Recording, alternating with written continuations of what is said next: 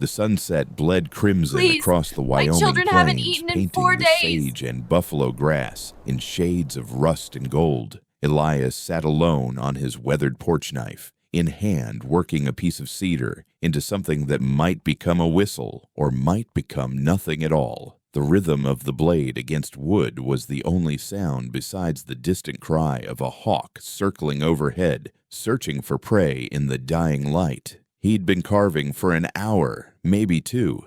Time moved different out here, measured not in minutes, but in shadows lengthening across the earth. His cabin stood solitary against the vastness, a small defiance against the endless sky. 5 years he'd lived this way, 5 years since the world had torn itself apart and left him standing in the ruins. The evening wind carried the scent of coming rain, though no clouds showed themselves yet. Elias knew better than to trust a clear sky in this country. Weather turned fast as a rattlesnake strike, and a man who didn't read the signs ended up buried beneath them. Then came the sound. Soft at first, so faint he thought it might be the wind playing tricks through the cottonwoods down by the creek. But no, there it was again. A knocking, tentative and desperate all at once. 3 soft raps against his door, then silence, then 3 more weaker this time. Elias set down his knife slowly, deliberately. In 5 years, he'd had visitors he could count on one hand. The supply wagon once a month, the occasional drifter looking for work, the preacher that one Christmas who tried to save his soul and left frustrated by his silence. But this knock was different. This knock carried weight. He rose from his chair boots, heavy on the porch boards, and moved toward the door. His hand hesitated on the latch. Some part of him, the part that had learned caution through blood and loss, whispered warnings. But the knocking came again, barely audible now, and with it, a sound that changed everything. A child's cough, wet and rattling. When Elias opened the door, the last of the daylight framed 3 figures that would forever alter the course of his solitary existence. A woman stood there, though stood was perhaps too strong a word. She swayed like prairie grass in a storm, one arm wrapped around a boy of no more than 5, his face flushed with fever, eyes glazed and unfocused. Her other hand gripped the shoulder of a girl, maybe 7, whose dark eyes held a mixture of fear and fierce protection that seemed too old for her years. The woman's dress had once been blue, he could tell that much, but dust and travel had turned it the color of old bones. Her hair, dark as crow feathers, hung loose from pins that had given up their hold miles ago. But it was her eyes that struck him, eyes that held both pride and desperation in equal measure, fighting a war he recognized all too well. "Please," she whispered, and her voice cracked like drought-dried earth.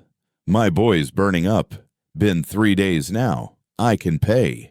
She fumbled with her left hand, and Elias saw what she meant to do before she managed it. The gold band came off her finger with difficulty, swollen as her joints were from heat and exhaustion. She held it out to him, this last piece of whatever life she'd known before, and in that gesture was written the entire history of her desperation.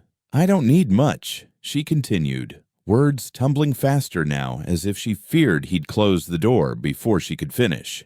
"Just some willow bark tea if you have it, maybe some water, clean water. The streams we passed were alkali, and Tommy, he couldn't keep nothing down after that." The boy Tommy made a sound, then not quite a moan, not quite a word. His small body shuddered against his mother's hip, and she pulled him closer, though the effort nearly toppled them both.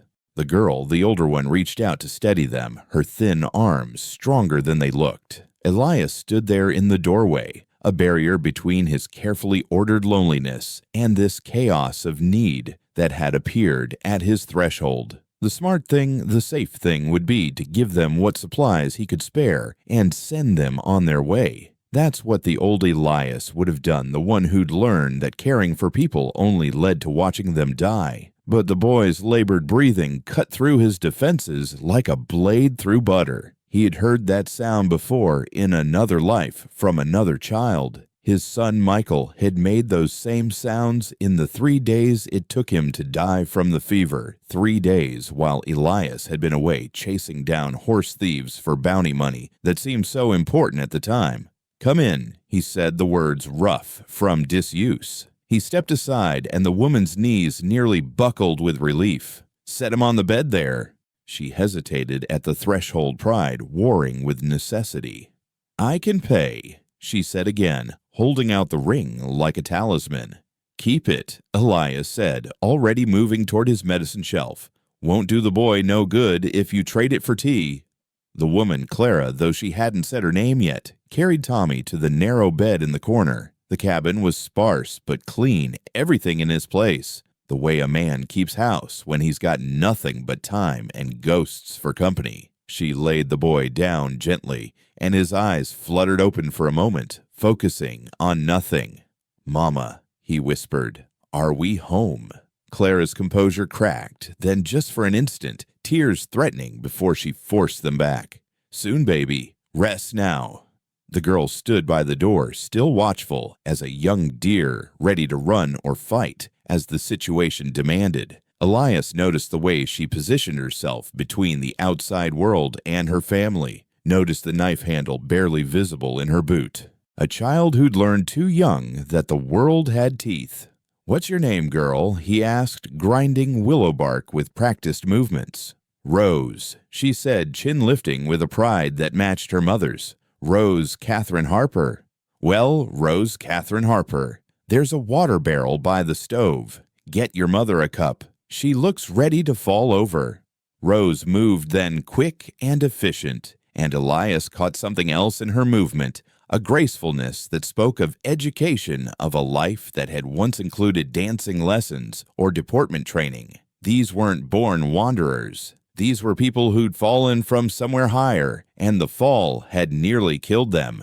As he worked, steeping the willow bark, adding precious honey to make it easier for the boy to swallow, Elias felt the weight of their presence changing the air in his cabin. It had been so long since he'd had purpose beyond survival, so long since his actions mattered to anyone but himself. The woman, Clara, sat on the edge of the bed, stroking her son's burning forehead with infinite tenderness. She hummed something low and sweet, a lullaby, maybe, or a prayer. The girl, Rose, brought water to her mother, then stood guard again, those two old eyes taking in every detail of the cabin, categorizing threats and safety with the wisdom of hard experience. And in that moment, as the last light died outside and darkness claimed the plains, Elias understood that his 5 years of solitude had just ended. These 3 souls had brought the world back to his doorstep, and there would be no closing the door on it now. The boy's fever would either break tonight or it wouldn't. But either way, Elias knew with a certainty that surprised him he wouldn't be sending them back into the darkness. Not tonight. Maybe not ever. The fever broke just before dawn. Elias had kept vigil through the night, replacing cool cloths on the boy's forehead, while Clara dozed fitfully in the chair beside the bed, jerking awake every time Tommy stirred. Rose had curled up on the floor near the door, using her thin coat as a pillow. But even in sleep, she kept one hand near that hidden knife in her boot. As gray light filtered through the cabin's single window, Tommy's eyes opened clear for the first time in days. He looked around the unfamiliar room with the curiosity of a child whose world had suddenly expanded beyond fever dreams. "Mama." His voice was weak, but present, no longer the delirious rambling of the night before. Clara's eyes flew open, and she nearly sobbed with relief as she pressed her hand to his forehead. Cool. Finally, blessedly cool. "I'm here, baby. I'm right here."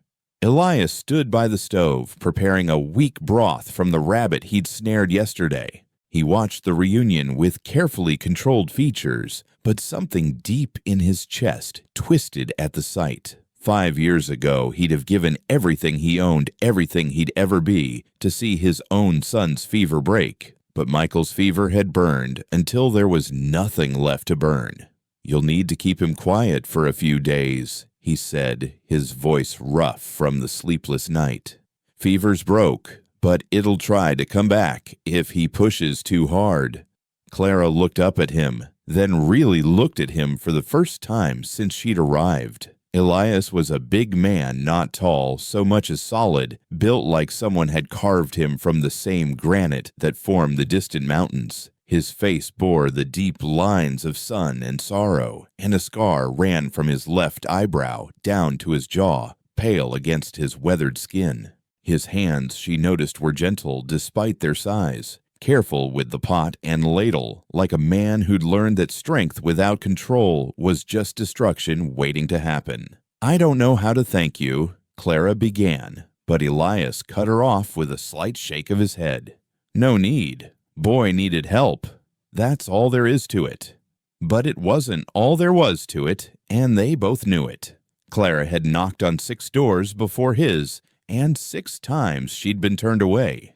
2 of those doors had belonged to women mothers themselves, who'd looked at Tommy's flushed face and stepped back in fear of contagion. One man had offered to take Rose in trade for medicine, his eyes lingering too long on the girl's young form. Clara had run from that house, carrying Tommy despite her exhaustion, Rose clutching her skirts as they fled into the growing darkness. "Mama, I'm hungry," Tommy said, and it was such a normal, wonderful thing for a child to say that Clara laughed, actually laughed for the first time in weeks. "I've got broth," Elias said, ladling some into a bowl. "Nothing fancy, but it'll sit easy." As Clara helped Tommy sip the broth, Elias found himself studying them in the morning light. The woman's dress, despite its travel-worn state, was well made, the stitching fine and even. Her hands, though roughened by recent hardship, showed the pale band where her wedding ring had rested until yesterday. She spoke with careful diction, each word pronounced with the precision of education. "You're not from around here," he said. It wasn't a question. Clara hesitated, then shook her head. "Denver. We lived in Denver until—" She trailed off, her jaw tightening. "Until Papa died," Rose said flatly, speaking for the first time since waking. "In the mine collapse. 32 men. They only pulled out 12. The Ludlow mine disaster. Elias had heard about it even out here in his isolation. A support beam failure, they said, though rumors suggested the company had known the timber was rotten, had ignored the miners' complaints to save money. Thomas was a mining engineer, Clara said softly. He was trying to shore up the weak sections when it came down. They said he saved 8 men before. She stopped swallowing hard. The company said it was an act of God, no compensation required for acts of God. "And his family?" Elias asked, though he suspected he knew the answer. "Said I should have remarried by now. Said a woman alone with 2 children was a burden they couldn't afford. Thomas's brother Marcus owns land up near Cheyenne. He offered to take the children, said he'd raise them proper on his ranch." Clara's voice turned bitter. "As unpaid labor, he meant. I saw how he worked his own boys sunrise to midnight, barely fed, never schooled. I couldn't. I wouldn't let him have them. So we ran." Rose added, her young voice carrying a hardness that no 7-year-old should possess. "In the middle of the night, we ran." The story filled in its own gaps. A widow with no rights to her husband's property, everything reverting to his male relatives. The law was clear on such matters, cruel in its clarity. A woman could work her whole life beside her husband, raise his children, keep his house, and in the end, have no claim to any of it if the papers weren't right. "You got family elsewhere?" Elias asked, though the fact that they'd ended up at his door already answered that question. "My parents died when I was young. Cholera outbreak in '68. Thomas was all I had." All we had. Clara smoothed Tommy's hair as he drifted back to sleep, the broth working its quiet magic. Elias moved to the window, looking out at his land. 40 acres of decent grazing water rights to the creek, a small herd of cattle that mostly looked after themselves. It wasn't much, but it was his bought with blood money from his days hunting bounties before Michael and Sarah had died, before his world had ended. You can stay until the boy's stronger, he heard himself say. Got a lean-to out back you can use. Roof's good, and it's warmer than it looks. We couldn't, Clara started, but Rose interrupted. Yes, we could, Mama. We need to. The girl's practicality cut through her mother's pride like a sharp blade through soft wood. Clara's shoulders sagged slightly, the weight of their situation pressing down on her again. I can work, Clara said quickly. I can cook, clean, mend. I'm good with a needle learned from the sisters at St. Mary's when I was young. I can tend kitchen gardens, preserve food for winter. I won't be a burden. I can read and write, Rose added, standing straighter. And I can do figures. Papa taught me. I can help with any books or accounts. Elias turned from the window surprised. It was rare enough for any child to be lettered out here, rarer still for a girl. Thomas Harper must have been an unusual man to educate his daughter alongside whatever sons he might have hoped for. Don't keep books, Elias said. Don't need them. But he was thinking of the trunk in the corner, the one he hadn't opened in 5 years. Sarah's books were in there, wrapped in oilcloth against the dry air. Books of poetry and stories, books of recipes and remedies, books she'd read aloud in the evenings while he carved, and Michael played with wooden soldiers on the floor. Your boy, Clara said suddenly, and Elias went very still. The medicine shelf, the way you knew exactly what to do for Tommy's fever. You had a child. It wasn't a question, and Elias didn't answer it. But Clara saw the truth in the rigid set of his shoulders, the careful way he didn't look at Tommy sleeping in the bed that was just the right size for a young boy. I'm sorry, she said simply, and somehow that was better than all the elaborate condolences he'd received 5 years ago, better than the preacher's talk of God's plan or the sheriff's awkward attempts at comfort. The morning stretched on sunlight, growing stronger, painting geometric patterns on the rough wooden floor. Outside, Elias's cattle lowed, waiting for grain. The chickens scratched and pecked in their endless search for bugs. Life continued its rhythm, indifferent to human sorrow or joy. The lean-to will need cleaning, Elias said finally. Haven't used it since. In a while. But it's sound. Got a small stove, stays warm enough, even in winter. We won't stay long, Clara promised. Just until I can figure out where to go, what to do. But even as she said it, Elias could see she had no idea where that might be or what that might entail. A widow with 2 children and empty pockets didn't have many options in 1878.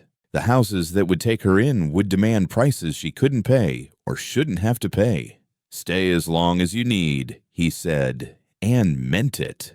For the first time in 5 years, he meant something beyond mere survival. Rose moved to her mother's side, taking her hand. It's a good place, Mama. It feels safe. Safe. Such a simple word. But Elias saw how Clara's eyes filled at it, how her fingers tightened around her daughter's hand. They'd been running for who knows how long, sleeping in the open, dodging the dangers that waited for women and children alone on the frontier. Safety must seem like an impossible luxury. Thank you, Clara whispered, and this time Elias didn't cut her off. He nodded once, accepting her gratitude while offering none of the platitudes that might diminish it. As the morning wore on, the cabin began to fill with something it had lacked for 5 years, the quiet sounds of family. Tommy's peaceful breathing, Rose humming softly as she helped her mother sort their meager belongings, Clara's footsteps as she moved about, already noting what needed doing, what could be mended or improved. Elias found himself remembering skills he'd forgotten he possessed. How to move quietly so as not to wake a sleeping child, how to moderate his voice when speaking indoors, how to share space with others to be aware of their needs and movements. Mr. Elias. Rose stood beside him, having approached so quietly he hadn't heard her. Is it true what they say about wolves out here? Some truth to it, he admitted. They come down from the mountains when winter's hard, but they're more afraid of you than you are of them mostly. "I'm not afraid," Rose said, and looking at her serious young face, he believed her. This child had already faced worse than wolves. "Fear's not always bad," he told her. "Keeps you careful. Careful keeps you alive." She nodded, absorbing this wisdom with the same intensity she'd probably once absorbed her father's lessons in mathematics. Then, surprising him, she asked, "What happened to your face?" "The scar." Rose Clara's admonishment was sharp, but Elias held up a hand. "Bear," he said simply. "Long time ago. I was young and stupid, thought I was tougher than I was. Bear taught me different." Rose studied him with those two old eyes. "But you survived." "I did." "We're survivors too," she said, and it wasn't a question or a boast, just a statement of fact. Looking at her, at Clara, trying to make Tommy comfortable with their few threadbare blankets, at the way they'd carved out dignity from desperation, Elias believed that too. "Yes," he said, "I reckon you are." The sun climbed higher, flooding the cabin with light that hadn't seemed quite so bright in years. And for the first time since he'd buried his family, Elias felt something shift inside him, some frozen thing, just beginning to thaw. The nightmares came for all of them that third night. Elias woke to the sound of Tommy crying out in the lean-to, followed by Clara's soft murmuring trying to soothe away whatever demons had found the boy in his sleep. But it was Rose's silence that worried him most. Through the thin walls, he could hear her breathing quick and shallow, the sound of a child trying very hard not to make any noise at all. He lay in his own bed staring at the ceiling beams he'd cut and fitted himself 6 years ago, back when he'd had reason to build something permanent. Sarah had been pregnant with their second child, then Michael, toddling around getting into everything, and the future had seemed as solid as those beams above him. The memory came unbidden sharp as broken glass. Sarah's laugh as she'd tried to hang curtains while he'd held the ladder steady. "We need to make it proper, Eli. Can't raise children in a bachelor's cave." Her hair had been the color of wheat in sunshine, her smile bright enough to chase away any shadow. Michael had been trying to climb the ladder behind her, determined as always to be wherever his mother was. "Elias." Clara's voice came soft through the darkness. She stood in his doorway, a shadow against shadows. "I'm sorry to wake you. Do you have any laudanum? Just a drop, Tommy's dreams. He keeps seeing his father in the mine, the dark, the crushing. He won't stop shaking." Elias rose, pulling on his boots. "No laudanum, but I've got something that might help." He led her to the kitchen, lit a candle, and reached for a jar on the highest shelf. Chamomile and valerian root mixed with dried passion flower. Sarah's recipe for peaceful sleep. He'd kept making it even after, though he'd never used it himself. Peaceful sleep seemed like a betrayal of the dead. "Your wife's blend?" Clara asked, reading something in his careful movements, the reverent way he handled the jar. "She was a healer," Elias said, measuring the herbs into hot water. "Learned from her grandmother, who learned from the Cherokee. Said pills and potions had their place, but plants, new secrets doctors hadn't discovered yet." Clara accepted the cup gratefully. "How long?" 5 years. The words came out flat, matter of fact. 5 years, 4 months, 16 days. You count the days. Everyone. They stood in the kitchen, 2 souls awake in the sleeping world, surrounded by the weight of their losses. Finally, Clara spoke again, her voice barely above a whisper. Thomas had been worried about that section of the mine for weeks. He'd written reports, filed complaints. The morning he left, he kissed us all goodbye like always, but then he came back, stood in the doorway, and just looked at us. Really looked like he was trying to memorize our faces. He said, "Take care of each other. Not see you tonight like usual. Take care of each other." He knew Elias said. He knew, and he went anyway, because those men down there were his responsibility, because that's who he was. Her voice cracked. "They gave me his pocket watch. It was still running. Isn't that strange? All that rock, all that destruction, and his watch just kept ticking, like nothing had happened." From the lean-to came Rose's voice, high and clear, singing to her brother. A lullaby, but the words were wrong, made up perhaps, or misremembered. She watched him die, Clara said suddenly. Rose. She was there when they brought the bodies up. I'd tried to keep her away, but she slipped free, ran to the mine. She saw them bring Thomas up. He wasn't whole anymore. She hasn't been a child since that day.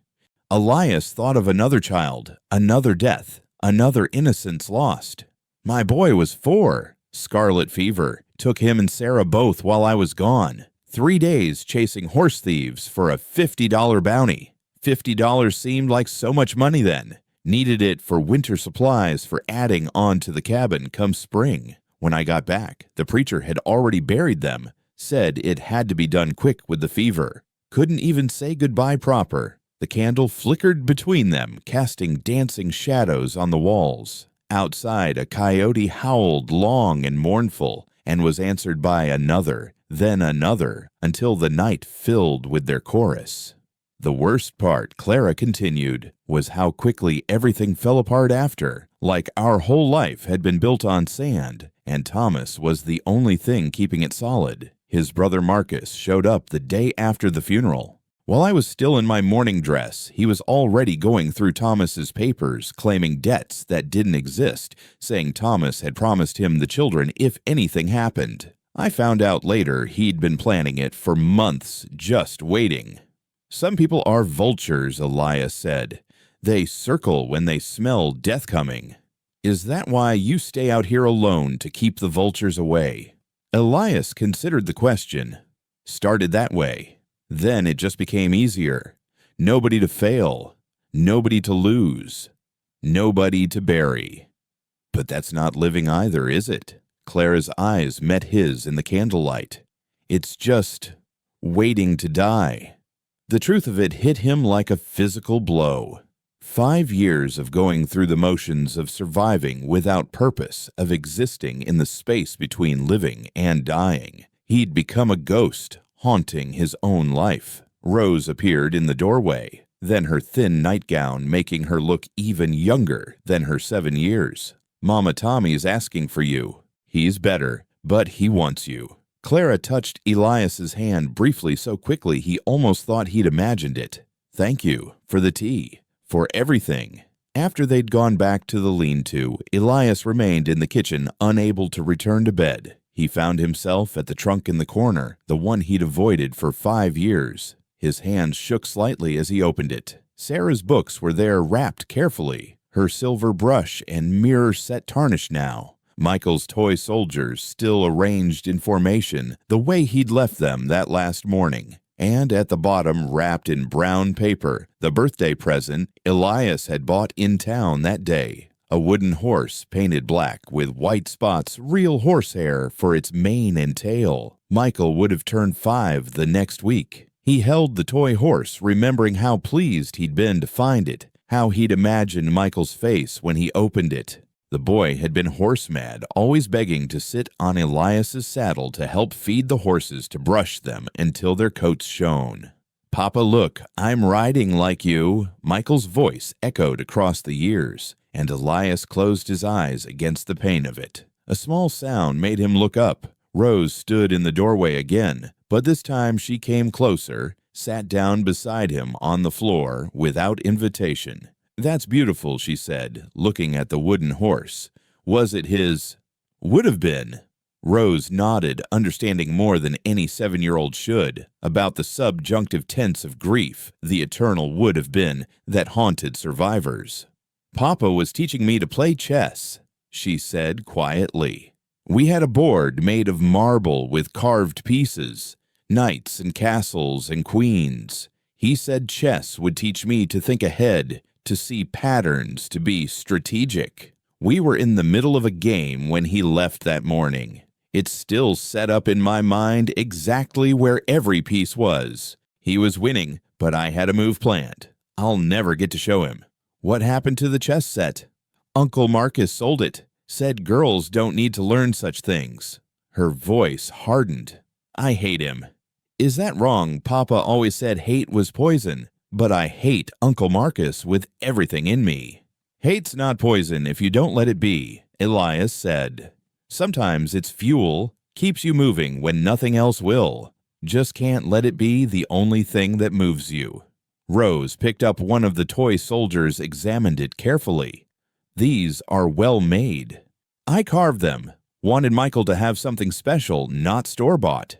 You should teach Tommy. When he's better, boys need to learn to make things with their hands. Papa always said that."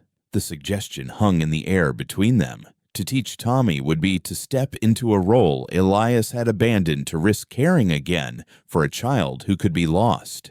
"Maybe," was all he said. Rose set the soldier back exactly where she'd found it, respectful of the shrine this trunk had become. "Mr. Elias, do you think the dead watch us?" It was the kind of question that deserved a careful answer, not platitudes. "I don't know. Sometimes I hope they do. Sometimes I hope they don't." "I hope Papa can't see us now," Rose said. Living in a lean-to, Mama trading her wedding ring for food, Tommy sick all the time. He'd be so sad. "Or proud," Elias suggested. "Proud that you survived. Proud that you're taking care of each other, just like he asked." Rose considered this, then nodded slowly. "I didn't think of it that way." They sat together in comfortable silence, the damaged adult and the too-old child surrounded by the artifacts of loss. Finally, Rose stood. "I should go back. Mama worries when she can't hear me breathing." "Rose," Elias called as she reached the door. "That chess game in your mind. What was your move?" A small smile crossed her face, the first he'd seen from her. "Queen's Gambit. Sacrifice the queen to checkmate in 3 moves. Papa would never have seen it coming." After she left, Elias carefully rewrapped the wooden horse and placed everything back in the trunk. But this time he left it unlocked. Some tombs needed to stay sealed, but others perhaps needed to let in a little light. He returned to bed as dawn was beginning to gray the eastern sky. Through the wall, he could hear Clara singing softly to Tommy, the same lullaby Rose had sung earlier, but with the right words now. It was a sound he'd never thought to hear again in this house, the sound of a mother's love in the darkness, holding back the nightmares with nothing but her voice and presence. For the first time in 5 years, Elias fell asleep to something other than silence. And if his dreams that morning were haunted, they were haunted by possibilities as much as memories, by the thought that perhaps the dead didn't want the living to die with them, that perhaps survival could become something more than just not dying. The past would always be there. The wounds would always ache when the weather changed. But as sunlight crept across his floor, painting golden rectangles on the rough boards, Elias began to consider that maybe, just maybe, there was room in this house for more than ghosts. The morning everything changed started like any other. 3 weeks had passed since Clara and her children had arrived, and a routine had developed as naturally as plants following the sun. Clara rose first, starting the fire in the main house, preparing breakfast. Rose would emerge next, helping her mother while keeping one eye on Tommy, who was finally strong enough to explore, but still weak enough to worry them all. Elias had already been up for hours, tending the cattle, checking fences, doing the endless work that kept a ranch running. He'd grown accustomed to the sounds of life in his home again, the way Clara hummed while she worked Rose's quiet, reading voice, Tommy's increasingly frequent laughter. But this morning was different. As Elias approached the house for breakfast, he heard Clara's voice, tight with fear. "Please, Tommy, just try to wake up. Please, baby." Elias burst through the door to find Clara kneeling beside Tommy, who lay crumpled on the floor, his small body jerking in rhythmic spasms. His eyes had rolled back, showing only white and foam gathered at the corners of his mouth. "He just fell," Rose said, her voice eerily calm. "We were playing, and he just fell." Elias dropped to his knees beside Clara, his hands immediately going to the boy's head, protecting it from hitting the floor. "It's a seizure. Don't hold him down. Just keep him from hurting himself." "Is it the fever? Is it back?" Clara's hands fluttered helplessly over her son's convulsing body. Different. This is different. Elias had seen this before in the war, men whose brains had been rattled by cannon fire. Rose, get cool water. Not cold, just cool. The seizure lasted perhaps 2 minutes, though it felt like hours. Finally, Tommy's body stilled, went limp. His breathing was ragged, but present. Slowly, his eyes focused, confused and frightened. "Mama." His voice was small, lost. "I'm here, baby. I'm right here." Clara gathered him into her arms, rocking him gently. Elias sat back on his heels, watching the boy carefully. "Has this happened before?" Clara shook her head, then stopped. "Wait. Once, maybe twice, after Thomas died. The doctor said it was grief that children sometimes, but not for months now. The fever might have brought it back," Elias said. "Brain's funny that way. Once it learns to seize, sometimes it keeps doing it." Tommy was crying now, not from pain, but from fear and embarrassment. "I'm sorry. I didn't mean to fall down." "Nothing to be sorry for," Elias said firmly. He reached out, hesitated, then placed his large hand on the boy's small head. "Your body just got confused for a minute, like when a horse gets spooked and bucks. Doesn't mean the horse is bad, just means something went wrong for a moment." Tommy looked up at him with those large eyes, so like his mother's. "Really? Really? I've seen the strongest men in the world have seizures, warriors and soldiers. It's not about being weak or strong. It's just something that happens sometimes." Clara's eyes met his over Tommy's head, and in them he saw something shift. Not just gratitude, but trust. Real trust, the kind that came from seeing someone handle your worst fears with competence and kindness. "There's a doctor in Laramie," Elias continued. "Might be worth taking him. Doc Morrison's good train back east before coming out here. He'd know better than me what to do." "Laramie's 2 days' ride," Clara said. "Day and a half if we take the wagon leave before dawn." "We." The word hung between them, an offer and a question all at once. "You'd come with us?" Clara asked. "Can't send you alone. Not safe, and you don't know the way." Rose, who'd been silent through all this, suddenly spoke. "He's offering to help us, Mama. Again." There was something in the girl's tone, a recognition of patterns, of the extraordinary becoming ordinary. This man who owed them nothing continued to give everything. "I'll pack food," Clara said, accepting the offer with grace that cost her pride, but saved her son. "We can leave tomorrow if—" "Today," Elias interrupted.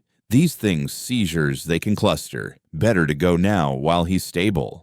The speed of preparation surprised them all. Within an hour, Elias had the wagon ready, had arranged for his nearest neighbor Jenkins to check on the cattle. Clara had packed what little they had, including the wedding ring she still couldn't bring herself to sell. As they loaded Tommy into the wagon bed, cushioned with every blanket and pillow in the house, Rose asked, "What if Uncle Marcus finds out we're in Laramie? He has friends there." Elias considered this. "Then we deal with it. But your brother's health comes first." The journey to Laramie was unlike anything Clara had experienced. Elias drove with steady competence, choosing the smoothest paths, stopping frequently to check on Tommy, who slept fitfully in the back with his mother. Rose sat up front with Elias, her sharp eyes watching everything. "You know this road well," Rose observed. "Used to ride it regular, bringing in bounties." "Bounties?" "Before your time, little one. I hunted men for money. Bad men mostly, sometimes just desperate ones." "Did you like it?" Elias glanced at the serious child beside him. "No, but I was good at it. Sometimes that's enough reason to do something until you find a better reason to stop." "What made you stop?" "Found better reasons." Rose nodded, understanding that some stories weren't hers to hear, not yet. They camped that night by a stream, and Elias showed them how to read the land for safety, how to position the wagon for defense, how to build a fire that would warm but not beacon. Clara watched him teach Rose these things with patient precision, saw how the girl absorbed every lesson like drought ground soaking up rain. "You would have been a good father," Clara said suddenly, then immediately regretted it as Elias went still. But he didn't retreat as she'd feared. Instead, he said quietly, "I was. For 4 years, I was." That night, as they sat around the fire, Tommy wedged safely between his mother and sister, something shifted in the air between the adults. It was Tommy who voiced it with the innocent directness of childhood. "Mr. Elias, are you going to be our new papa?" The silence that followed was profound. Rose hissed at her brother to hush. Clara's face flushed red even in the firelight, and Elias stared into the flames as if they held answers to questions he hadn't dared ask. "Your papa was Thomas Harper," Elias said finally. "No one can be a new version of him. But maybe I could be something else, if you'd let me." "What else?" Tommy asked. "Friend, protector, teacher." Elias glanced at Clara, then quickly away. "Whatever you need me to be." Clara reached across the space between them, touched his hand briefly. "You already are all those things." The moment held fragile as spun glass until Rose said pragmatically, "We should sleep. Long day tomorrow." But none of them slept well that night. The adults lay awake on opposite sides of the fire, aware of each other in a way that had nothing to do with their shared guardianship of the children, and the children perceptive as all children of hardship become sensed, the change coming like weather on the wind. Laramie appeared the next afternoon, larger and louder than anything the children had seen since Denver. The streets were packed with wagons, horses, and people of every description. Saloon music spilled out onto the boardwalks, mixing with the shouts of merchants and the hammer of construction. Doc Morrison's office was on a quieter side street, a clean white building that spoke of Eastern sensibilities. The doctor himself was younger than Elias expected, perhaps 35, with gentle hands and sharp eyes. The examination was thorough professional. Morrison asked careful questions, performed tests. Elias didn't understand all, while keeping Tommy calm with a steady stream of conversation about horses and adventures. "The seizures are likely from the fever," Morrison finally said, addressing the adults, while Tommy played with a wooden puzzle the doctor kept for young patients. "High fevers in children can sometimes cause what we call febrile seizures. They're frightening, but usually not dangerous. However, given the pattern, the initial seizures after his father's death, then this recurrence, there might be an underlying sensitivity." "What does that mean?" Clara asked. "It means Tommy's brain might be more prone to seizures during times of extreme stress or illness. He may grow out of it, or he may have episodes throughout his life. Time will tell." "Is there medicine?" Elias asked. "Bromide salts can help, but they have their own risks. For now, I'd recommend observation. Keep him calm, well-rested, well-fed. Avoid extreme stress." The doctor paused, looking at Clara meaningfully. "I know that's easier said than done, given your circumstances." Clara stiffened. "Our circumstances? A widow traveling with a man, not her husband, children who've clearly been through hardship. People talk, Mrs. Harper. Even here." Elias stood slowly, his presence filling the small office. "The lady's circumstances are her own business, Doc. We came for medical advice, not moral judgment." Morrison held up his hands peacefully. "No judgment intended. I'm simply concerned for the boy's well-being. Stability would help him. A proper home, regular meals, absence of fear. He has all that," Clara said quietly. "Mr. Elias has provided all that." The doctor looked between them, understanding dawning. "I see. Well then, that's good. That's very good." As they prepared to leave, Morrison pulled Elias aside. "A word." They stepped onto the office's small porch, while Clara helped Tommy with his coat. "That boy needs a father," Morrison said bluntly. "The girl too, though she hides it better. And that woman, she's hanging on by threads, mister." Elias. Just Elias. Well, Mr. Elias, I don't know your story, but I can see you're a man who understands loss. Those three have had their share and more. If you're offering them sanctuary, truly offering it, then God bless you. But if this is temporary, if you're going to send them back into the world once the boy's better, then you'd be kinder to do it now before they get attached. They're not dogs, Doc. You don't worry about them getting attached. Don't I? I've seen what happens to children who lose too many anchors. They stop trying to hold on to anything. That girl's almost there already. And the boy. Another loss might break something in him that can't be fixed. Elias looked through the window at the small family inside. Rose was reading from one of Morrison's medical books, sounding out the hard words with determination. Tommy leaned against his mother thumb in his mouth, a habit he was too old for, but that no one had the heart to break. And Clara. Clara was watching her children with fierce love and terrible fear, the look of a woman who knew how quickly everything could be lost. What makes you think I'd send them away? Elias asked. Morrison smiled slightly. Because you're here. Because you drove them day and a half to see a doctor. Because you stood up for her honor in my office. And because you look at her when you think no one's watching.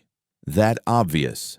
To someone who knows what loneliness looks like when it starts to break. Morrison clapped him on the shoulder. Don't wait too long is my advice. Medical and otherwise, life's shorter than we think, and second chances are rarer than gold out here. Inside, Clara had finished bundling Tommy up.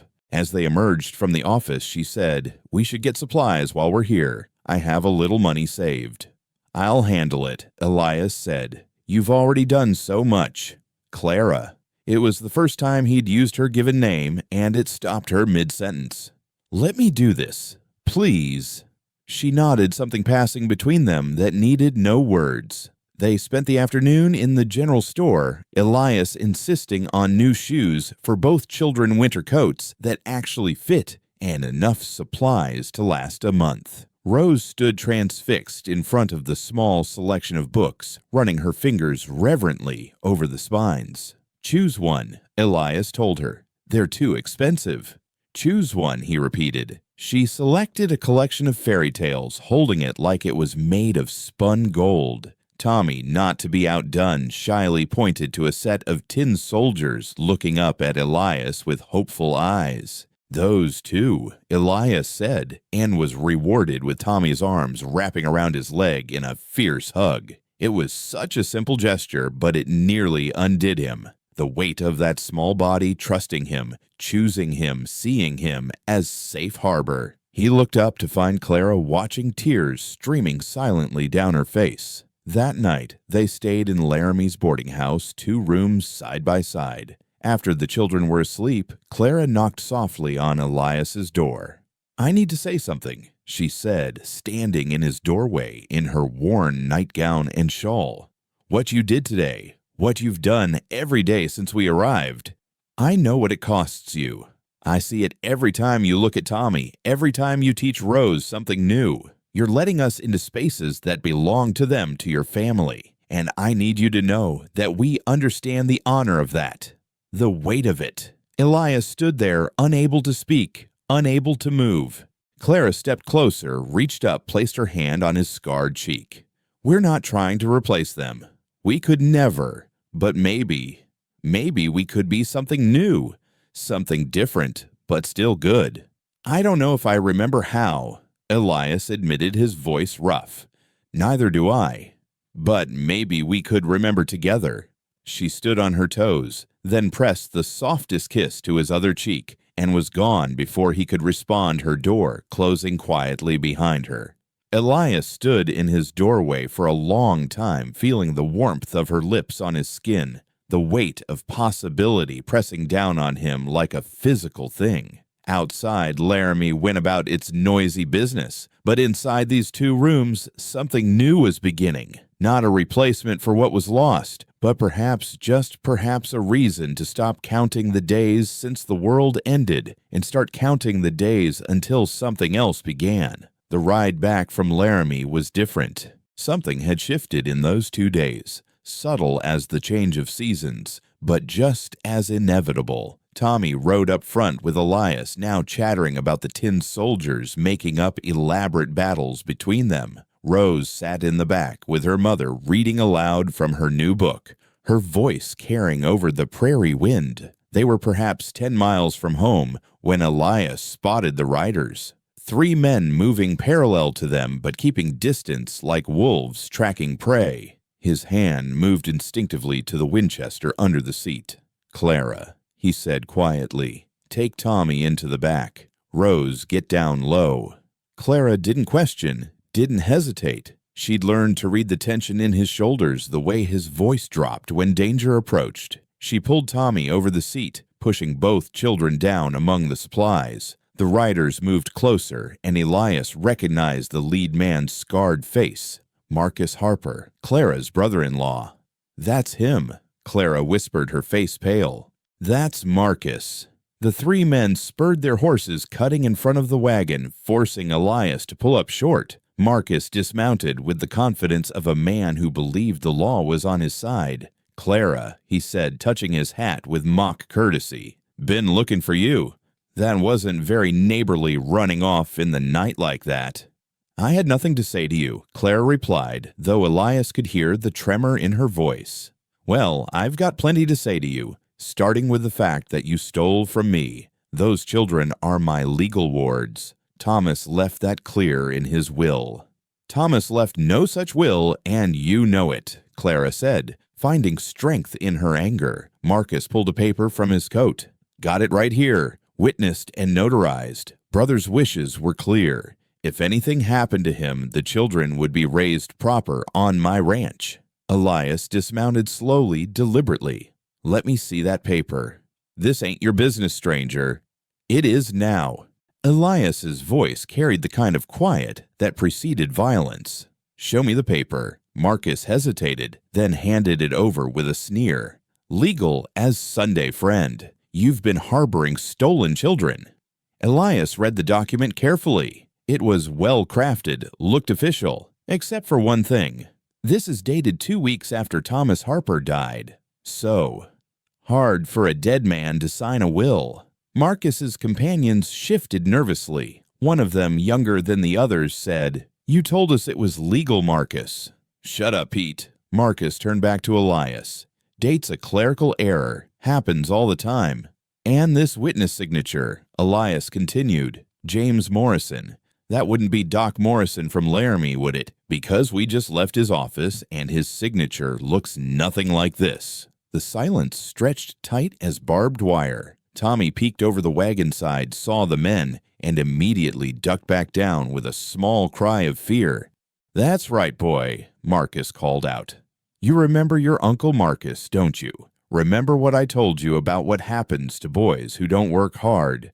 That was enough." Elias moved so fast, Marcus didn't have time to react. One moment he was standing by his horse. The next he was on the ground, Elias's boot on his chest, the Winchester's barrel pressed against his throat. "You threaten that boy again, you so much as look at him wrong, and I'll forget I'm trying to be civilized," Elias said softly. "You can't. This is assault Pete William, your witnesses." But Pete and William were already backing their horses away. They'd come for what they thought was legal recovery of wards. They hadn't signed up for whatever this was becoming. "Here's what's going to happen," Elias said, his voice still dangerously quiet. "You're going to get on your horse and ride away. You're going to forget Clara and these children exist. Because if I see you again, if I hear you've been asking about them spreading lies about them or trying to stake any claim to them, I'll come find you, and I won't be civilized then." "You don't scare me," Marcus said, though the tremor in his voice suggested otherwise. "I should. Ask around Laramie about Elias Grant. Ask them about the man who brought in the Colson gang, all 6 of them, 3 alive, 3 over saddles. Ask them if I'm the kind of man who makes empty threats." Recognition dawned in Marcus's eyes. The Colson gang had terrorized the territory for 2 years before disappearing. The story of their capture was legend, though few knew the name of the bounty hunter who'd done it. "You're him. You're the one they call—" I'm the man protecting this family now. That's all you need to know." Elias stepped back, let Marcus scramble to his feet. The man's face was red with rage and humiliation, but also with fear. "This isn't over," Marcus said, trying to salvage some dignity. "I've got rights. The law. The law says a woman can't own property, can't vote, can't hardly breathe without a man's permission," Clara said suddenly, standing up in the wagon. "Don't talk to me about the law, Marcus. You want to take my children to work them like slaves, and the law might even let you. But Mr. Grant won't, and neither will I." She raised the shotgun she'd pulled from under the seat, aimed it steadily at Marcus, despite the weight of it in her small hands. "I'm not the same woman who ran from you in the night. I've got protection now. I've got a home. And if you come near my children again, you'll find out what a mother will do to protect what's hers." Marcus looked between them, calculating odds. Whatever he saw in their faces convinced him this wasn't his fight to win. Not today. "Mount up," he told his men. But before riding off, he called back, "You think you've won something here, Clara, living with a man who ain't your husband. The whole territory will know what you are." "They'll know I'm alive," Clara replied. "That's more than I could say under your roof." After the riders disappeared over a rise, Elias helped Clara down from the wagon. She was shaking now, the shotgun hanging loose in her hands. "Would you have shot him?" Elias asked. "Yes." No hesitation. "To protect them?" "Yes." Tommy and Rose climbed out of the wagon bed. Rose went to her mother, but Tommy went to Elias, wrapped his arms around the man's waist. "You scared him away," the boy said with wonder. "Uncle Marcus is mean and big, but you scared him." "Sometimes that's necessary," Elias said, awkwardly patting the boy's head. "But it's not something to be proud of. Fear's a tool like a hammer or a saw. Useful when you need it, but not something to use without reason." "Will he come back?" Rose asked, her voice steady, but her eyes worried. "Maybe, but it won't matter if he does." "Why not?" Elias looked at Clara, question in his eyes. She nodded, understanding what he was asking, without words. Because by then, Elias said, "You'll have my name. All of you, if your mother's willing." The silence that followed was profound. Even the wind seemed to hold its breath. "What are you saying?" Clara asked, though she knew. "I'm saying we should go to town tomorrow, to the courthouse. Make this official, legal. Give you and the children protection that even Marcus can't challenge. You're asking me to marry you. I'm asking you to let me protect you the only way the law recognizes." He paused, then added more softly, "And maybe for more than that. Maybe to build something new from all these broken pieces we're carrying." Rose looked between them, her two old eyes processing rapidly. "You barely know each other." "I know enough," Elias said. "I know your mother would face down 3 men with a shotgun she can barely lift to protect you. I know she works from dawn to dark without complaint. I know she sings you to sleep when the nightmares come. I know she's the strongest woman I've ever met, and I know my house hasn't felt like home until you all filled it." "And what do you know of Mr. Grant, Mama?" Rose asked, turning to her mother. Clara looked at Elias, really looked at him. "I know he gave us shelter when we had none, fed us when we were starving, drove a day and a half to get Tommy to a doctor. I know he teaches you to read the land, Rose, and shows Tommy how to carve. I know he stands between us and danger without being asked. I know he's gentle with the broken and fierce with the cruel." She paused, took a breath. "And I know I trust him with our lives, all our lives." "That's not love," Rose said, but not unkindly. "No," Claire agreed. "But it's a foundation. Love. Love might come. Or it might not. But respect, trust, partnership, those are here now. And in this world, that might be enough. More than enough." "Is this because of Uncle Marcus?" Tommy asked. "Because you scared him good. He won't come back." "Nobody," Elias said, kneeling to be eye level with the boy. "This is because when I wake up in the morning, the first thing I do is listen for you all. Make sure you're safe, you're breathing, you're there. Because when you got sick in town, I was more scared than I've been since." in a long time, because your sister's questions make me think, and your mother's courage makes me want to be better than I am. And because we're lonesome," Clara added quietly. "All of us. We've all lost our families, our homes, our futures we planned. But maybe together we could be less lonesome." Rose walked over to Elias, studied his face intently. "If you marry Mama, you're not our father. Our father is dead." "I know. I'm not trying to replace him. But you'd be responsible for us. Legally. Really." "Yes. And if something happens to Mama, then you and Tommy would be mine to care for." "Always." Rose nodded slowly, then looked at her mother. "I think Papa would understand. He was practical. He'd want us safe." "Is that a yes?" Clara asked her daughter. "It's a this makes sense," Rose replied. "Yes can come later." Tommy tugged on Elias's sleeve. "Would we call you Papa?" "You can call me whatever feels right. Elias Mr. Grant, or Papa if that day comes. No rush." "I like Elias," Tommy decided. "It sounds like a good name." Clara laughed, then surprising them all. It was the first full laugh any of them had heard from her, rich and warm despite everything. "Are we really going to do this?" she asked Elias. "Get married tomorrow like some storybook." "Nothing storybook about it," Elias replied. "Just practical, safe, smart." But even as he said it, his hand found hers, and their fingers intertwined with a naturalness that suggested maybe, just maybe, there was something beyond practical happening here. They climbed back into the wagon, Tommy insisting on sitting between Elias and Clara, now Rose in the back with her book, but not reading, watching the landscape roll by with thoughtful eyes. "When we get home," Clara said, "I need to make a dress. I won't get married in trail clothes." "I have something," Elias said quietly. "In the trunk. It was Sarah's.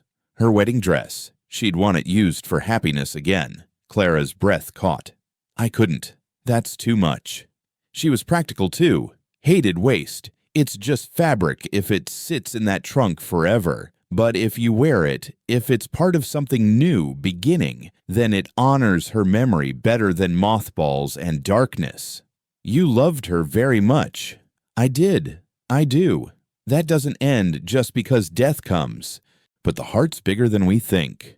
There's room for past love and future hope, if we let there be." As their ranch came into view, the afternoon sun painting it, Golden Tommy said what they were all thinking. "We're going home." Home.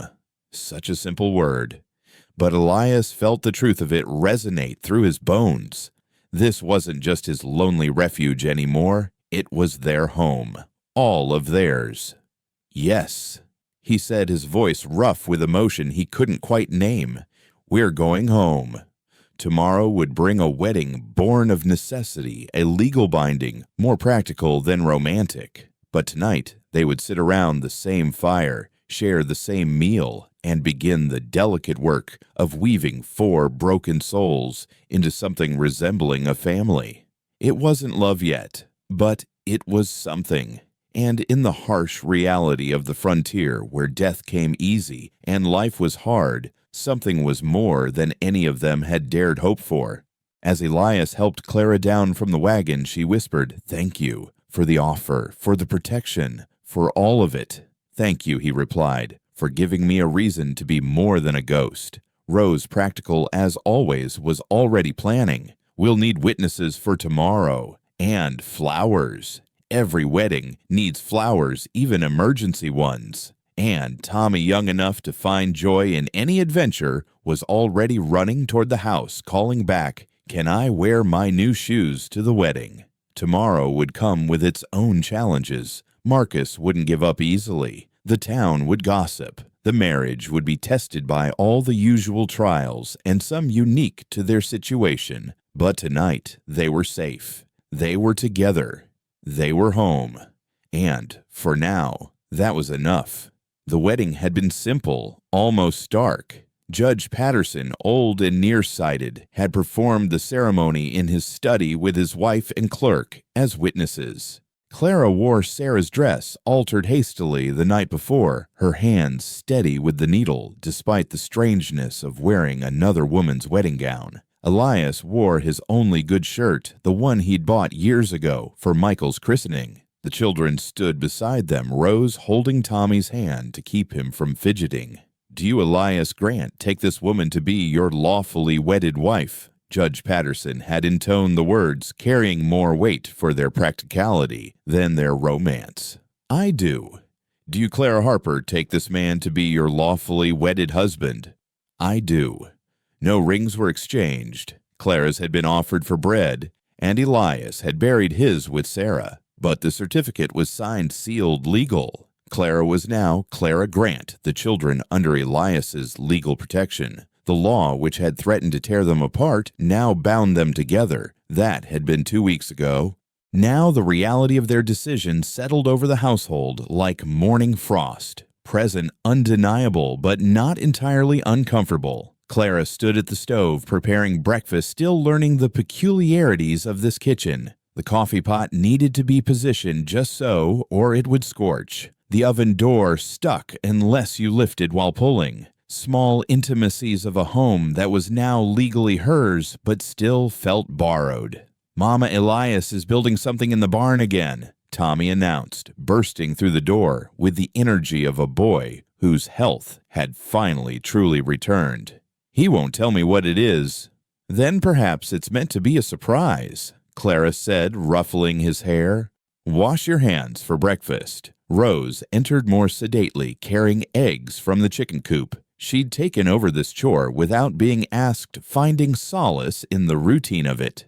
7 eggs today, she reported. "The red hen is laying again." "Good. We'll have enough for baking then." It was these small conversations, these mundane moments that were slowly stitching them together. Not the dramatic rescue from Marcus, not the hasty wedding, but the quiet accumulation of shared mornings and collaborative tasks. Elias entered sawdust in his hair, a careful expression on his face. He still moved cautiously around Clara, as if uncertain of the boundaries in this new arrangement. They were married in law, but still strangers, in many ways sharing a house, but not a bed, partners, but not yet truly paired. Coffee Clara offered, and he nodded, accepting the cup with hands that bore new scratches from whatever project occupied him. "I was thinking," he began, then stopped, started again. "The lean-to's getting cold at night. Winter's coming harder this year. I could partition off part of the main house, make proper rooms for the children." Clara understood what he was really saying. The current arrangement, her and the children in the lean-to, him in the main house, had been a polite fiction that was becoming impractical. "That makes sense," she said carefully. "The children need warmth." "I can take the lean-to," Elias offered quickly. "You and the children can have the house." "That's foolish, and you know it," Clara said with more force than she'd used before. "You built this house. You know every board and nail. We're the additions here." "You're not additions," Elias said firmly. We're what?" Clara asked, and there was something fragile in her voice. "What are we, Elias? Because I know what the paper says, but papers don't make a marriage. Papers don't make a family." Rose and Tommy had gone very quiet, pretending to focus on their breakfast, but listening intently. "You're my responsibility," Elias said finally, and saw immediately it was the wrong answer. Clara's spine straightened, her chin lifted in that way he'd come to recognize as her preparing for battle. "We've been someone's responsibility before. That's not what we need." "That's not what I meant." "Then what did you mean?" The silence stretched taut until Tommy, with the innocent wisdom of childhood, said, "I think he meant we're his people now. Like how Pa used to say we were his people, not owned, just belonging." Elias looked at the boy with surprise and gratitude. "Yes, that's it exactly. You're my people, to care for, to protect, to belong with." Clara's shoulders softened slightly. "And you're ours. If you'll have me." Rose set down her fork with decisive precision. "We need rules," she announced. Clear rules. This house is too small for confusion. What kind of rules? Elias asked, amused despite the tension. First, we all eat together, every meal. No more you grabbing bread and eating standing up while we sit at table. Second, Tommy added, catching his sister's momentum, you have to tell us when something's wrong. Mama, too. No more pretending everything's fine when it's not. Third, Clara said, entering into the spirit of it, we share the work, but also the rest. No one works while others sit idle. Fourth, Elias contributed, everyone gets privacy when needed. A closed door is a boundary to respect. Fifth, Rose said, looking directly at the adults, no lying to protect our feelings. We're stronger than you think. They all considered this informal constitution of their new household. Agreed, Clara asked. Agreed, came the chorus. The rest of the morning passed in this new spirit of cooperation. Elias and Tommy worked on the mystery project in the barn, which turned out to be a bookshelf for Rose, complete with carved flowers along the edges. Clara and Rose tackled the mountain of mending that had accumulated over Elias's bachelor years. They worked in companionable quiet, the kind that comes not from having nothing to say, but from not needing to fill every silence. It was afternoon when the first test of their new arrangement arrived. Mrs. Jenkins' wife of the neighbor who'd watched Elias's cattle came calling with her daughter Elizabeth. They arrived in a wagon laden with what appeared to be half a household's worth of goods. We've come to help set up house properly, Mrs. Jenkins announced, her tone suggesting this was not a subject for debate. A new bride needs proper linens, proper curtains, proper everything. Men don't understand these things. Clara stood in the doorway, uncertain. She'd met few of the neighbors, and those encounters had been brief and weighted with judgment. That's very kind, but no buts. Elizabeth, start unloading. We've brought fabric for new curtains, preserves for the pantry, and some of Elizabeth's outgrown dresses that might fit Rose with some alteration. The whirlwind of feminine energy that followed was both overwhelming and oddly warming. Mrs. Jenkins attacked the house with the fervor of a general taking territory, declaring the curtains a tragedy, the pantry organization a sin, and the lack of doilies a scandal. How long since a woman's hand touched this place? She asked, though it wasn't really a question. 5 years, Elias said from the doorway, where he'd retreated with Tommy to watch the invasion. Mrs. Jenkins's expression softened slightly. Well, then it's time and past time for some changes.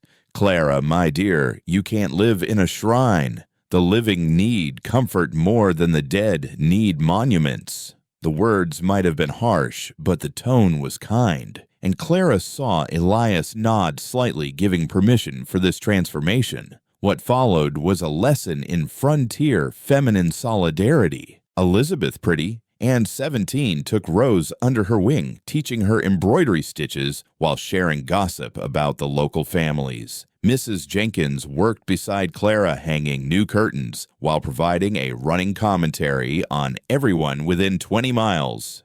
The Millers, they're good people but proud. Won't take help even when the children are hungry. The Jacobsons, they'd give you their last corn meal and smile doing it. Old Pete at the saloon, he seems rough, but he's got a heart soft as butter. Helped the widow Martinez all last winter chopping wood, and such never asked for a penny. And what are they saying about us? Clara asked, directly tired of dancing around the subject. Mrs. Jenkins paused in her work, considering. Some say you trapped him using the children to play on his loss. Some say he bought you from your brother-in-law like cattle. Some say worse things not worth repeating. And what do you say? I say I've watched Elias Grant slowly dying for 5 years, and now I see him building bookshelves and planning room additions. I say those children look fed and safe for the first time since they arrived. I say that whatever brought you together, you're making something good from it, and that's more than most manage. Elizabeth called from the other room. Mama, should we put the blue cloth in the children's room or the main room? Children's room, Clara and Elias said simultaneously, then looked at each other with surprise. Mrs. Jenkins smiled knowingly. See, already thinking alike. That's a good sign.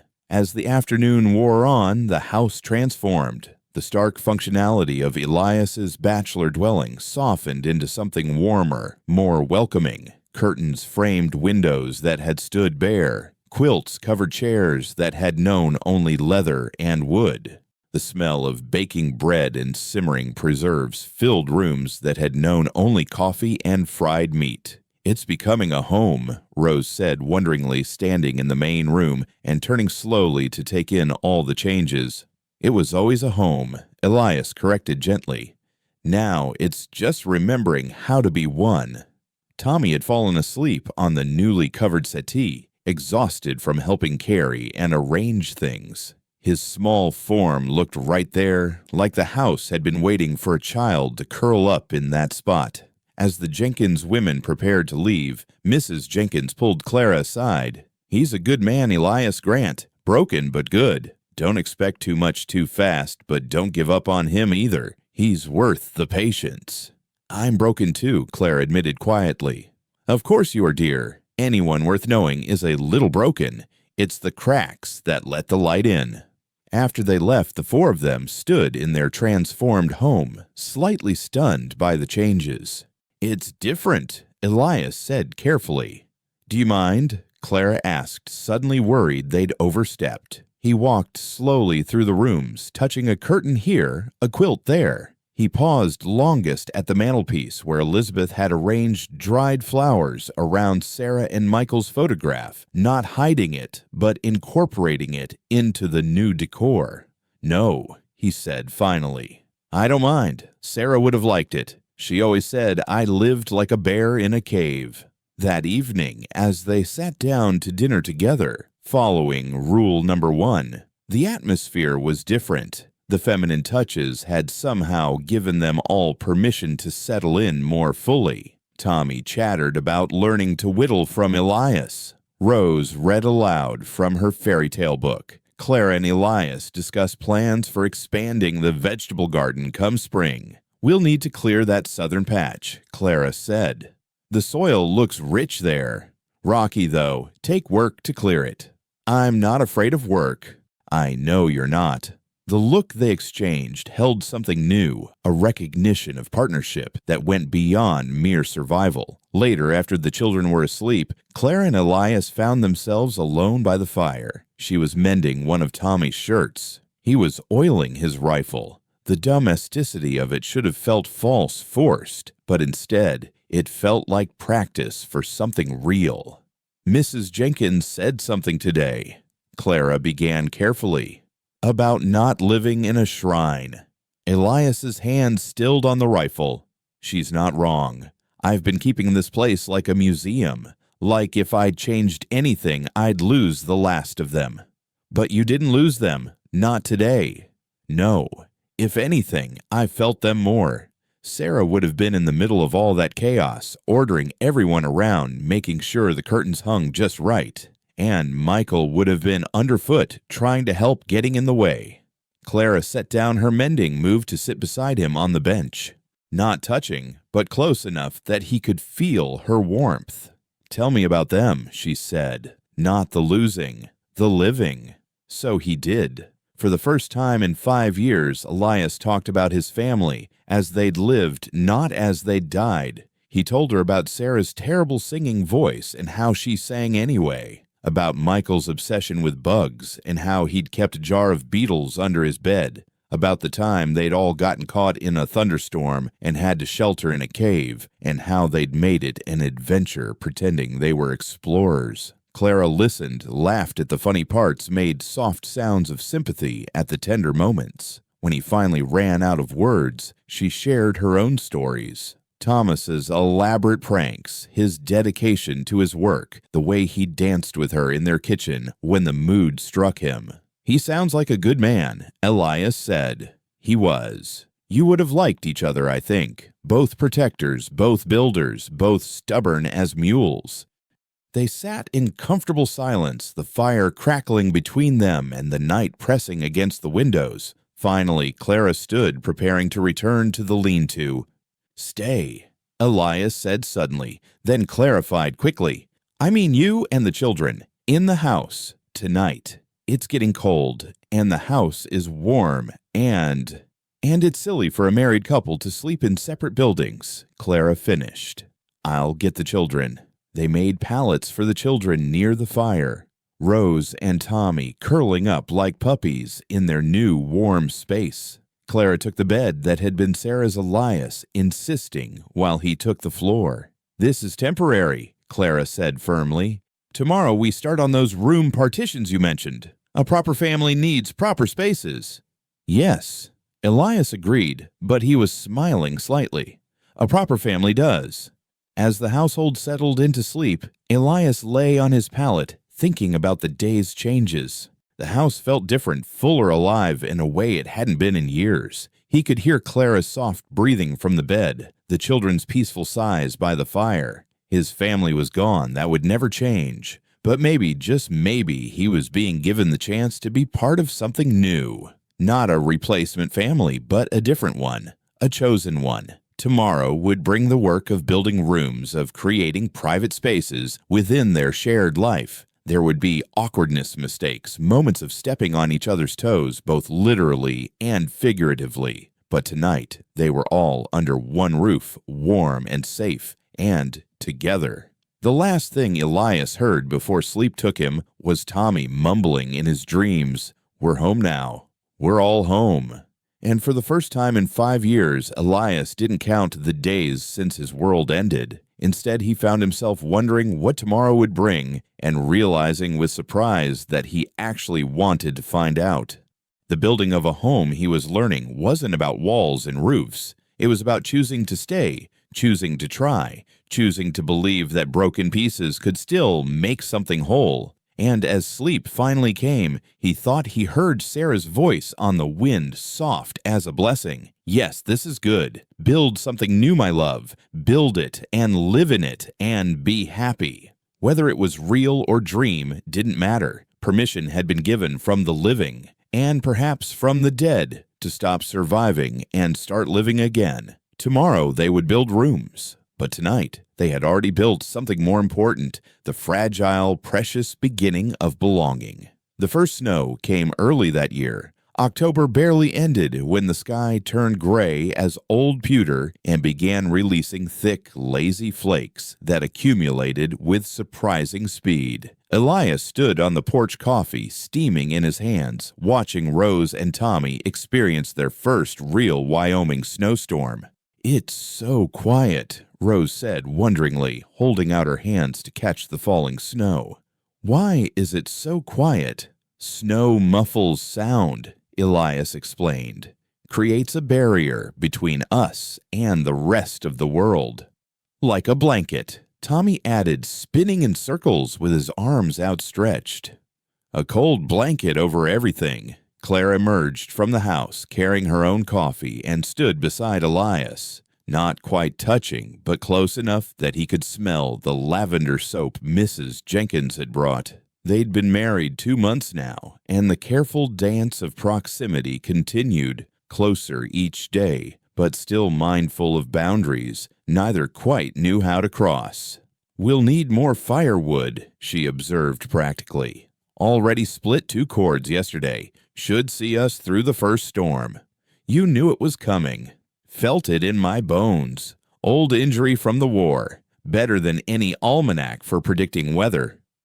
It was the first time he'd mentioned the war voluntarily, and Clara filed this small opening away another piece of the puzzle that was Elias Grant. The sound of horses approaching through the snow made them all turn. 3 riders emerged from the white curtain, and Clara tensed until she recognized the lead figure, Reverend Morrison from town, accompanied by his wife, and, surprisingly, Judge Patterson. "Morning, Grants," the Reverend called out cheerfully.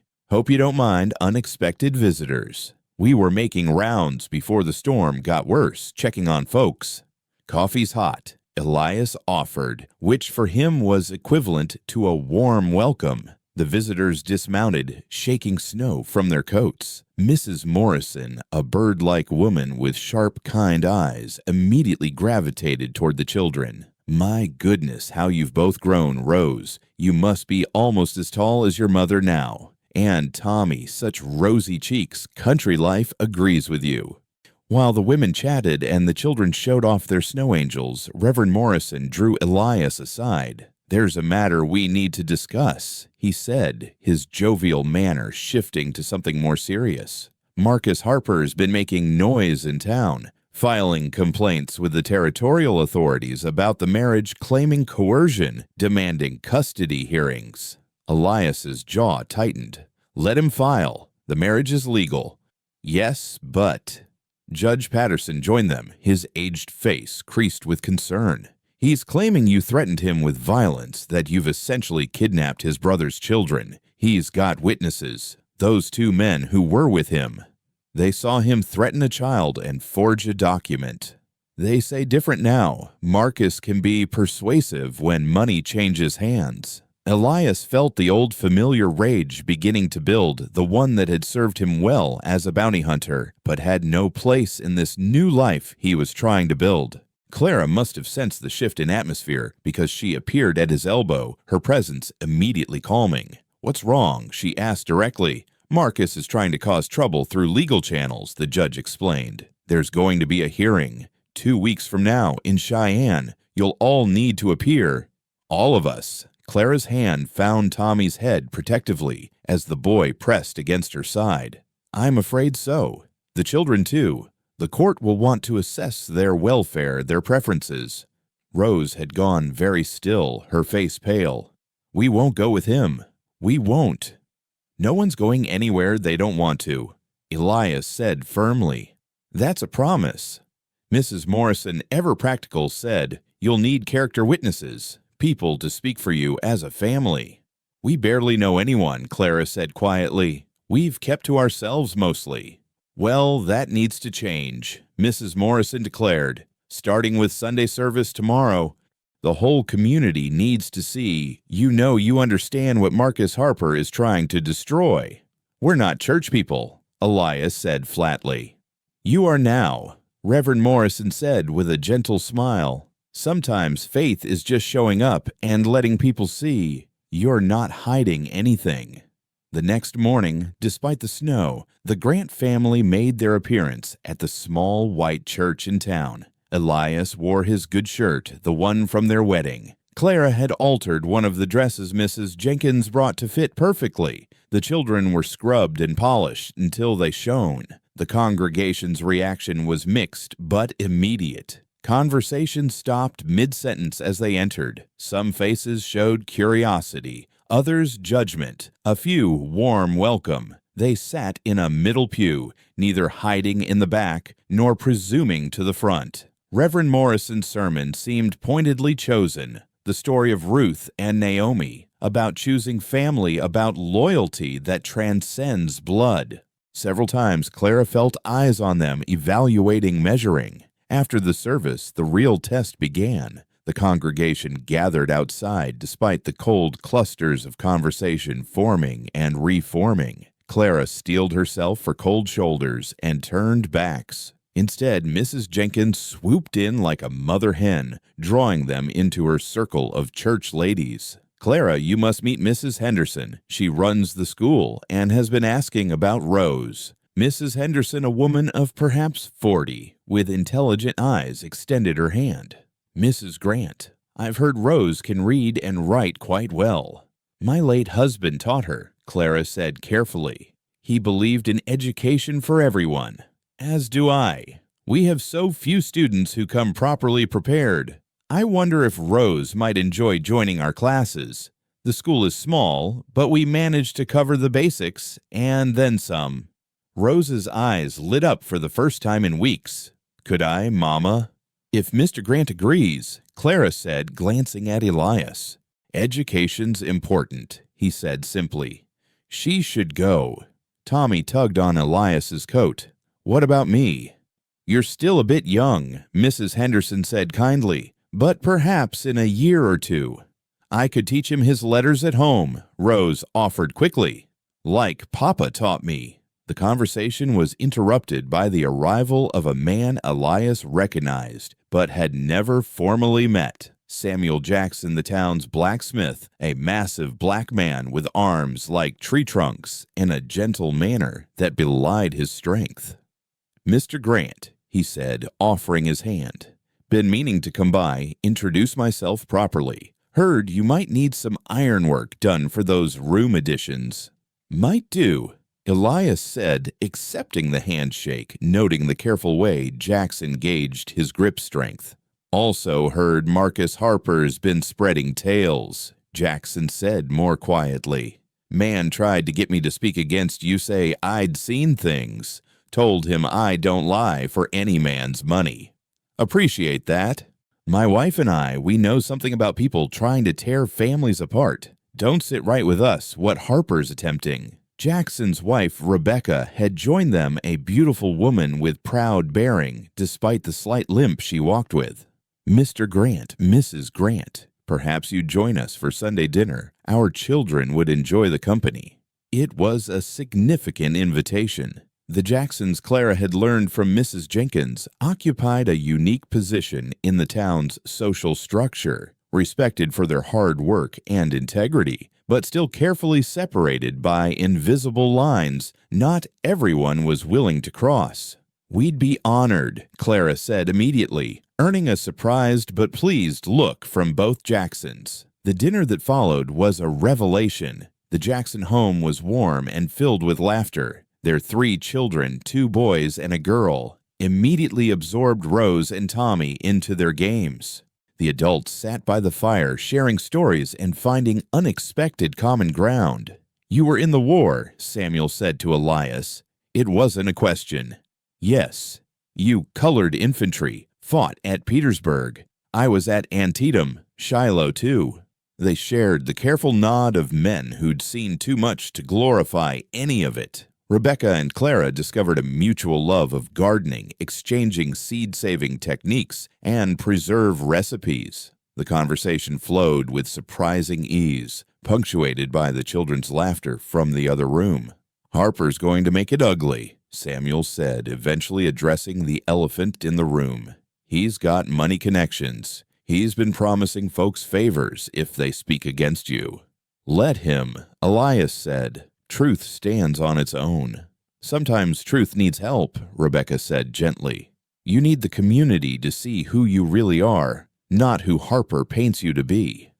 Over the next 2 weeks, the Grants found themselves slowly woven into the fabric of the town. Clara joined the church's sewing circle, her fine needlework earning admiration even from the more skeptical ladies. Elias helped Samuel with a complicated piece of ironwork, their collaboration drawing attention from other ranchers who needed similar work done. Rose started school, her eager intelligence quickly making her a favorite of Mrs. Henderson. Even Tommy found his place, becoming an informal mascot for the older students who found his earnest attempts at learning endearing. But it was an unexpected crisis that truly cemented their place in the community. 5 days before the hearing, the storm that had been threatening materialized into a full blizzard. The temperature plummeted, and the snow fell so thick that visibility dropped to mere feet. The Hendricks family, recent arrivals with 3 small children, had been caught unprepared in a poorly insulated cabin on the outskirts of town.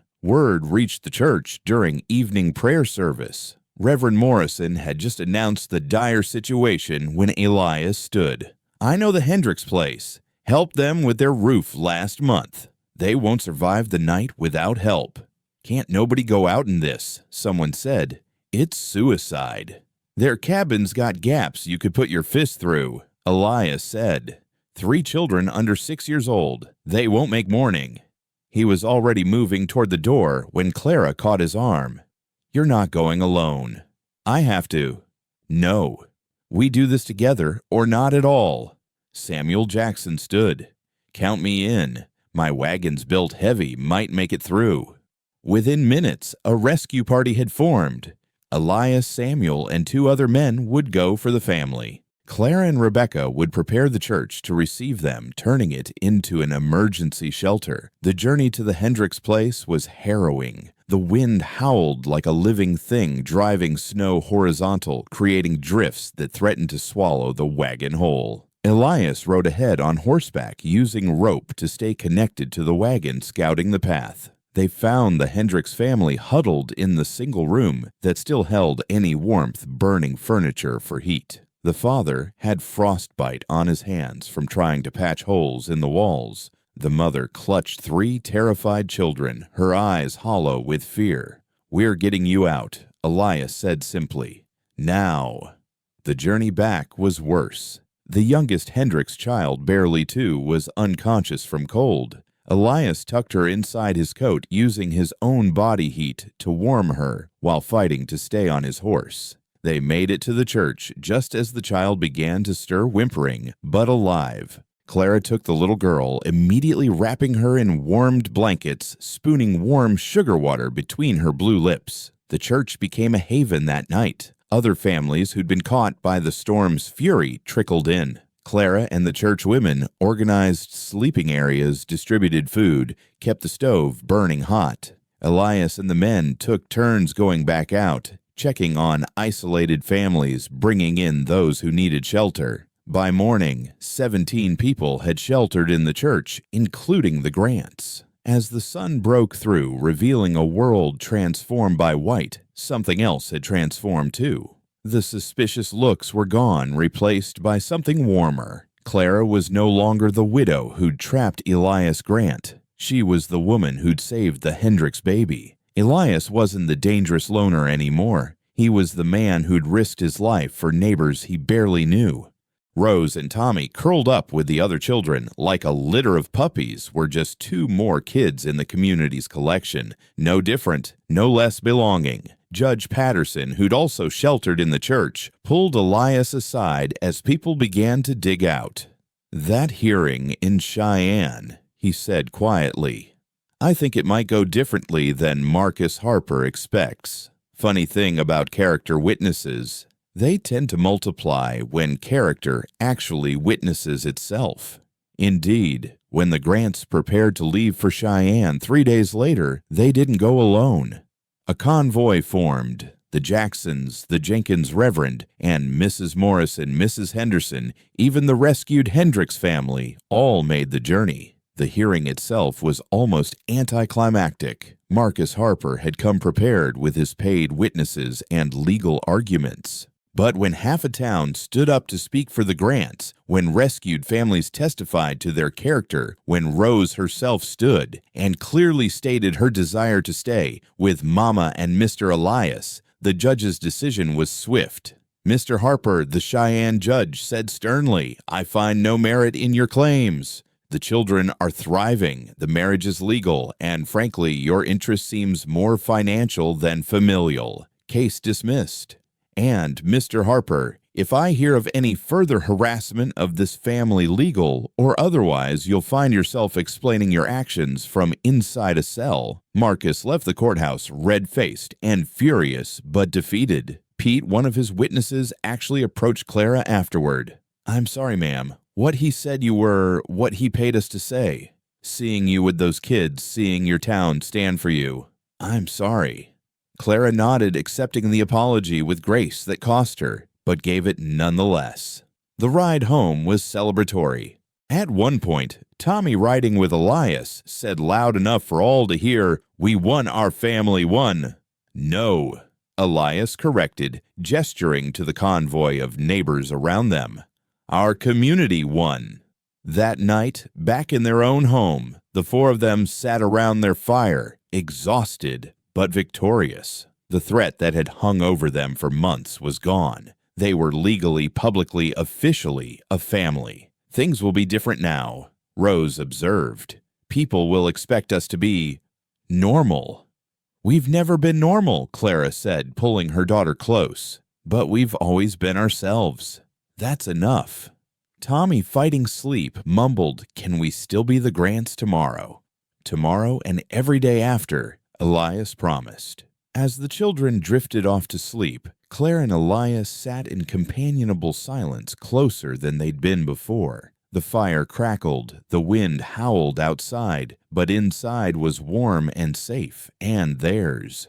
"Thank you," Clara said finally, "for fighting for us, for standing up in that church and risking everything for strangers. They weren't strangers, they were neighbors. And you're not strangers either, not anymore."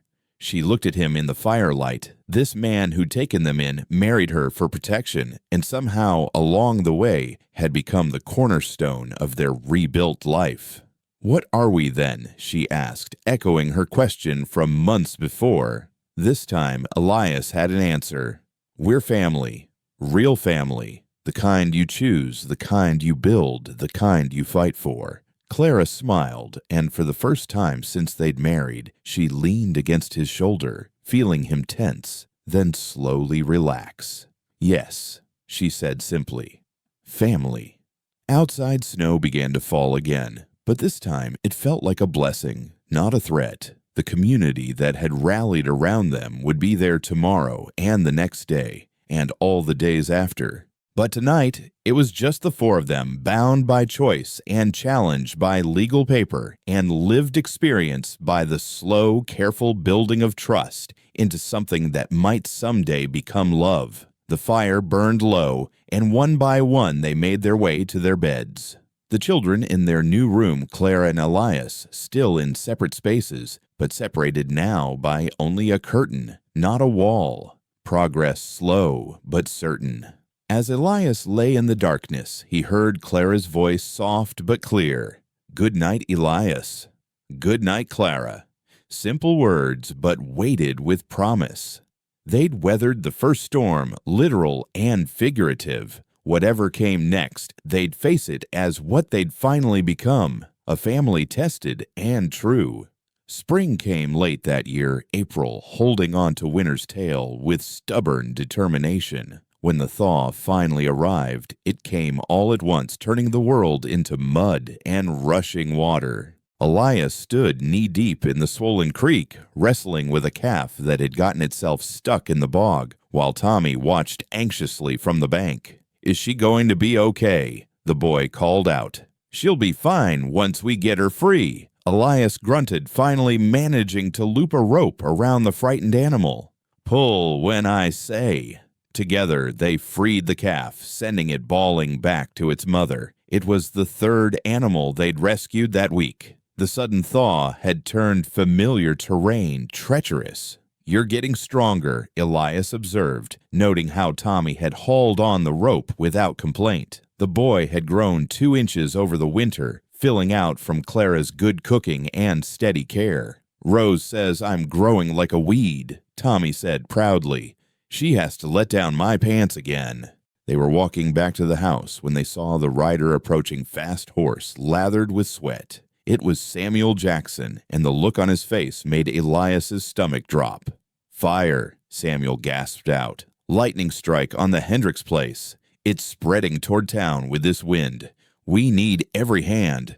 Elias was moving before Samuel finished speaking. "Clara," he called, and she appeared immediately, already sensing trouble. Fire at the Hendricks, moving toward town. Her face paled, but her voice stayed steady. "What do you need?" "Wet blankets, every bucket we have. Food and water for the fire line. Can you manage?" "We'll manage. Go."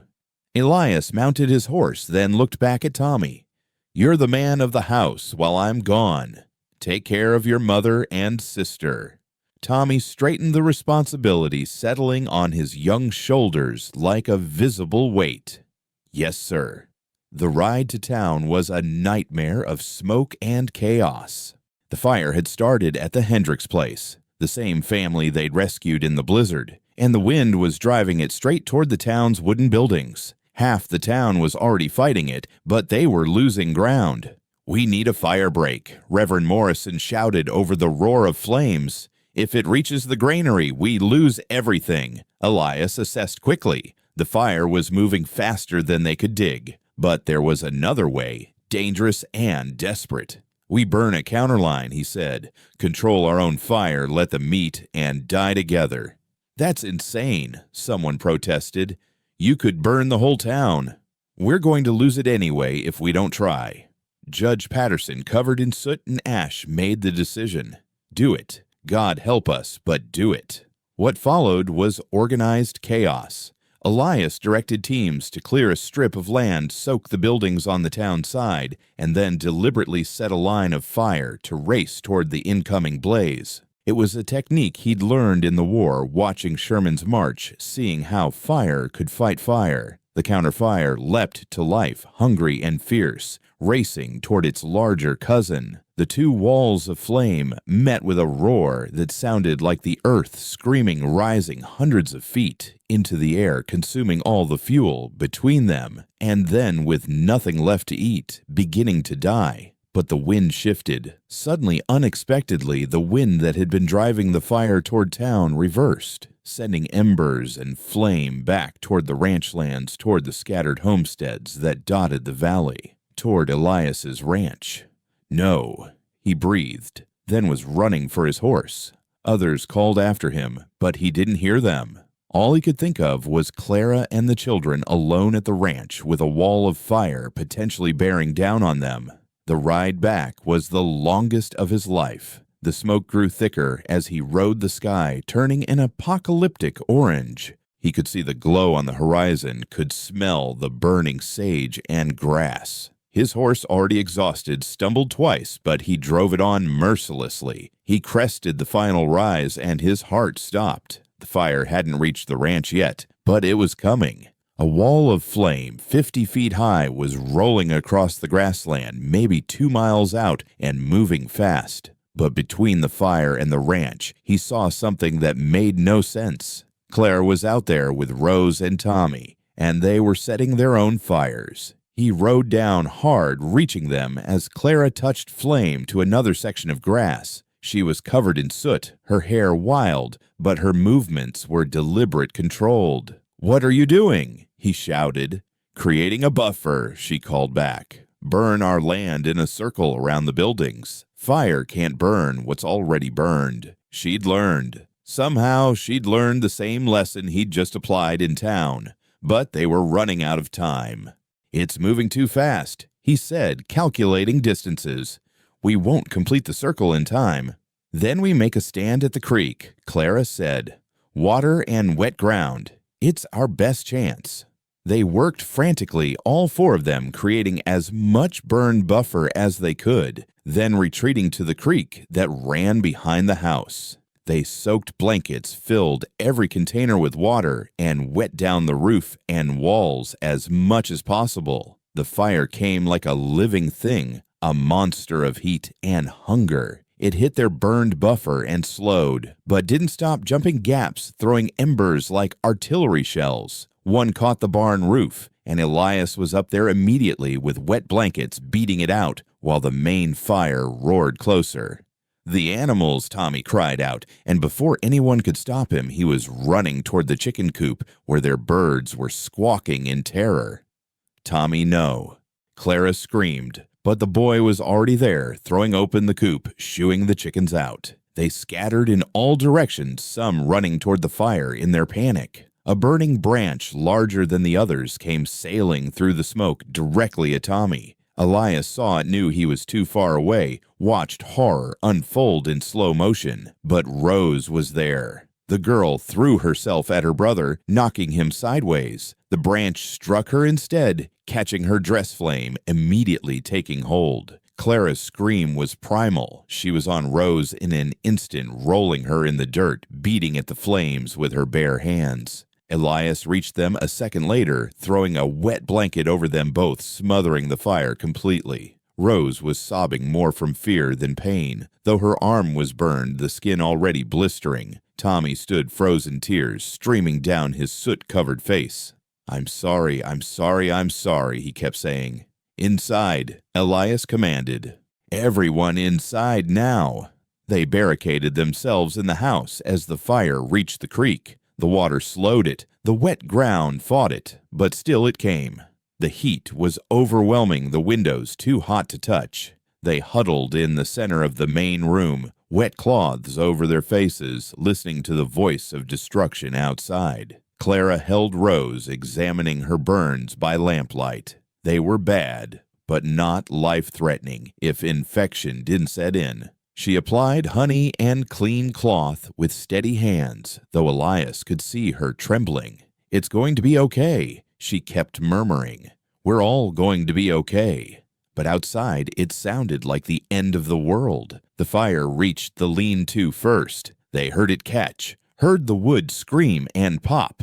Then the chicken coop, empty now thanks to Tommy's dangerous heroics. The new fence posts Elias had just set last week. One by one, their improvements, their work, their progress turned to ash. But the house held. Whether it was the creek, the wet ground, their fire break, or divine intervention, the main fire swept around them rather than through them. For 3 hours, that felt like 3 years, they waited in their improvised shelter while hell raged outside. Then gradually, the roar diminished. The orange glow faded. The temperature began to drop. Elias ventured out first. The landscape was unrecognizable. Where grass had waved that morning, now black stubble remained. The barn stood, though its western wall was charred. The house was intact but wore scorch marks like scars. Everything else, the coopy, the lean-to, the fences, the garden Clara had just planted, was gone. But they were alive. The family emerged slowly, Tommy still clutching Rose's good hand, Clara keeping her burned arm wrapped and elevated. They stood in their blackened yard surrounded by destruction and took inventory of what remained. "The cattle," Elias said suddenly. "I need to check." But even as he spoke, they heard it, lowing. The small herd led by the old bull came walking through the smoke from the direction of the eastern pasture, the one place the fire hadn't reached. They'd survived on instinct, moving away from danger. 14, Tommy counted. All 14 made it. "And look," Rose said, pointing with her good arm. One by one, chickens were emerging from various hiding spots, under the house behind the water trough, one even flapping down from the barn roof. Not all of them, but more than they dared hope. "We can rebuild," Clara said quietly. "We've done it before." "Your arm," Elias said to Rose. "We need to get you to Doc Morrison." "After," she said firmly. "After we know everyone else is okay, too." Even through pain, the girl was thinking of others. The Hendricks, the town, their neighbors. The sound of horses made them all turn. Riders were approaching through the smoke lots of them. The town had come led by Samuel Jackson and Reverend Morrison. "Thank God," the Reverend said, sliding from his horse. "We saw the fire turn this way. We feared the worst." "We're okay," Clara said, though Rose's bandaged arm told a different story. The ranch took damage, but we're alive. More riders appeared, wagons, too. The entire town, it seemed, had come to check on them. Mrs. Henderson had the presence of mind to bring medical supplies, and she immediately took over Rose's care with practiced efficiency. "Second-degree burns," she diagnosed. "Painful, but not dangerous if we keep them clean. You're a brave girl, Rose Grant." "I had to save Tommy," Rose said simply. "That's what family does."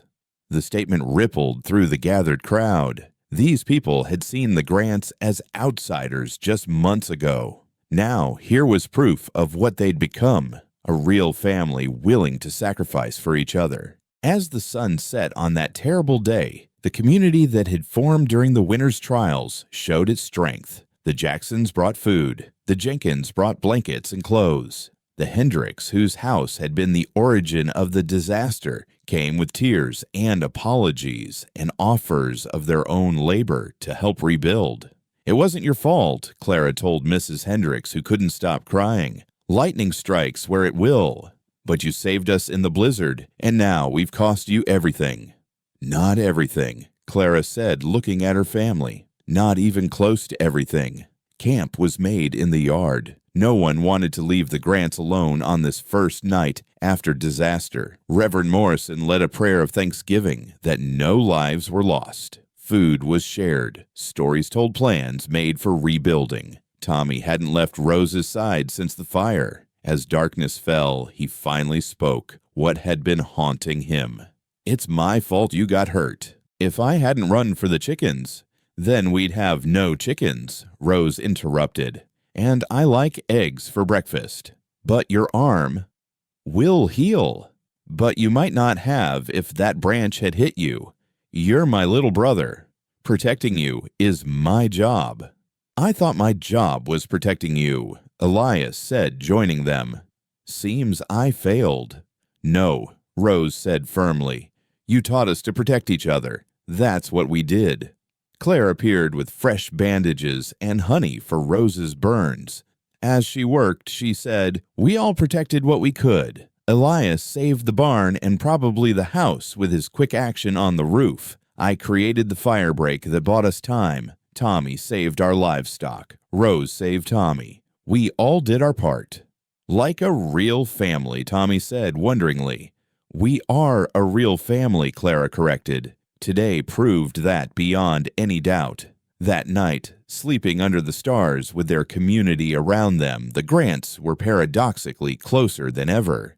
Rose lay between her parents, and for the first time, that's what they were, both of them, no qualifiers needed. Tommy curled against Elias's other side, one small hand clutching the man's shirt, even in sleep. "We lost so much," Clara whispered in the darkness. "We'll rebuild," Elias whispered back. "Better than before."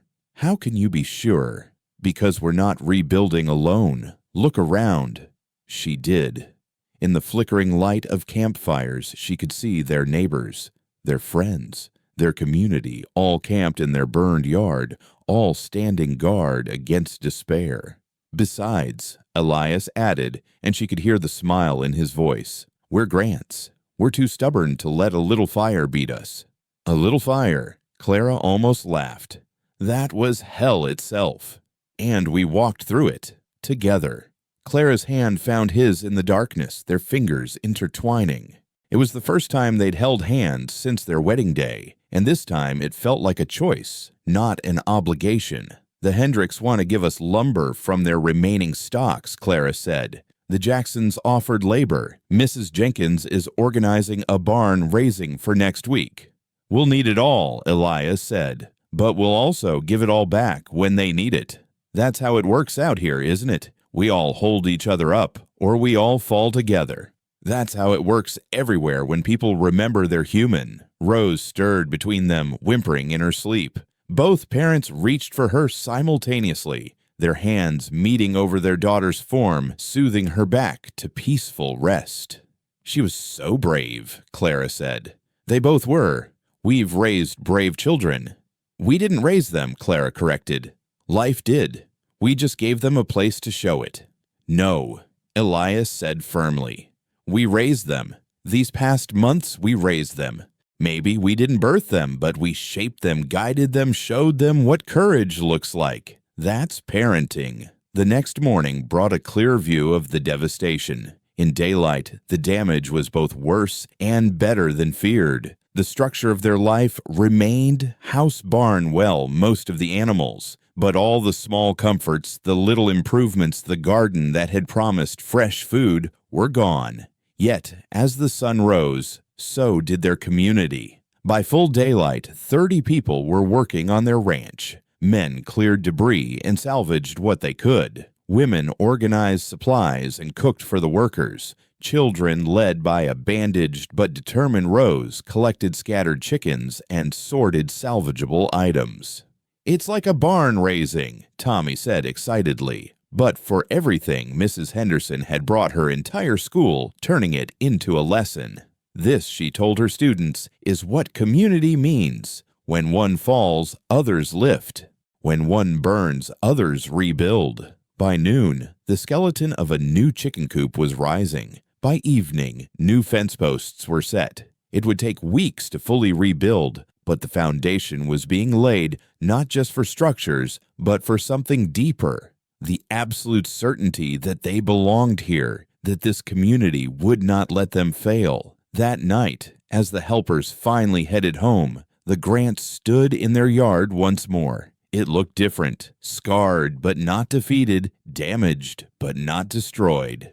We survived. Rose said, her bandaged arm in a sling, but her spirit unbowed. More than survived, Elias corrected, pulling all three of them close. We prevailed. What's prevailed mean? Tommy asked.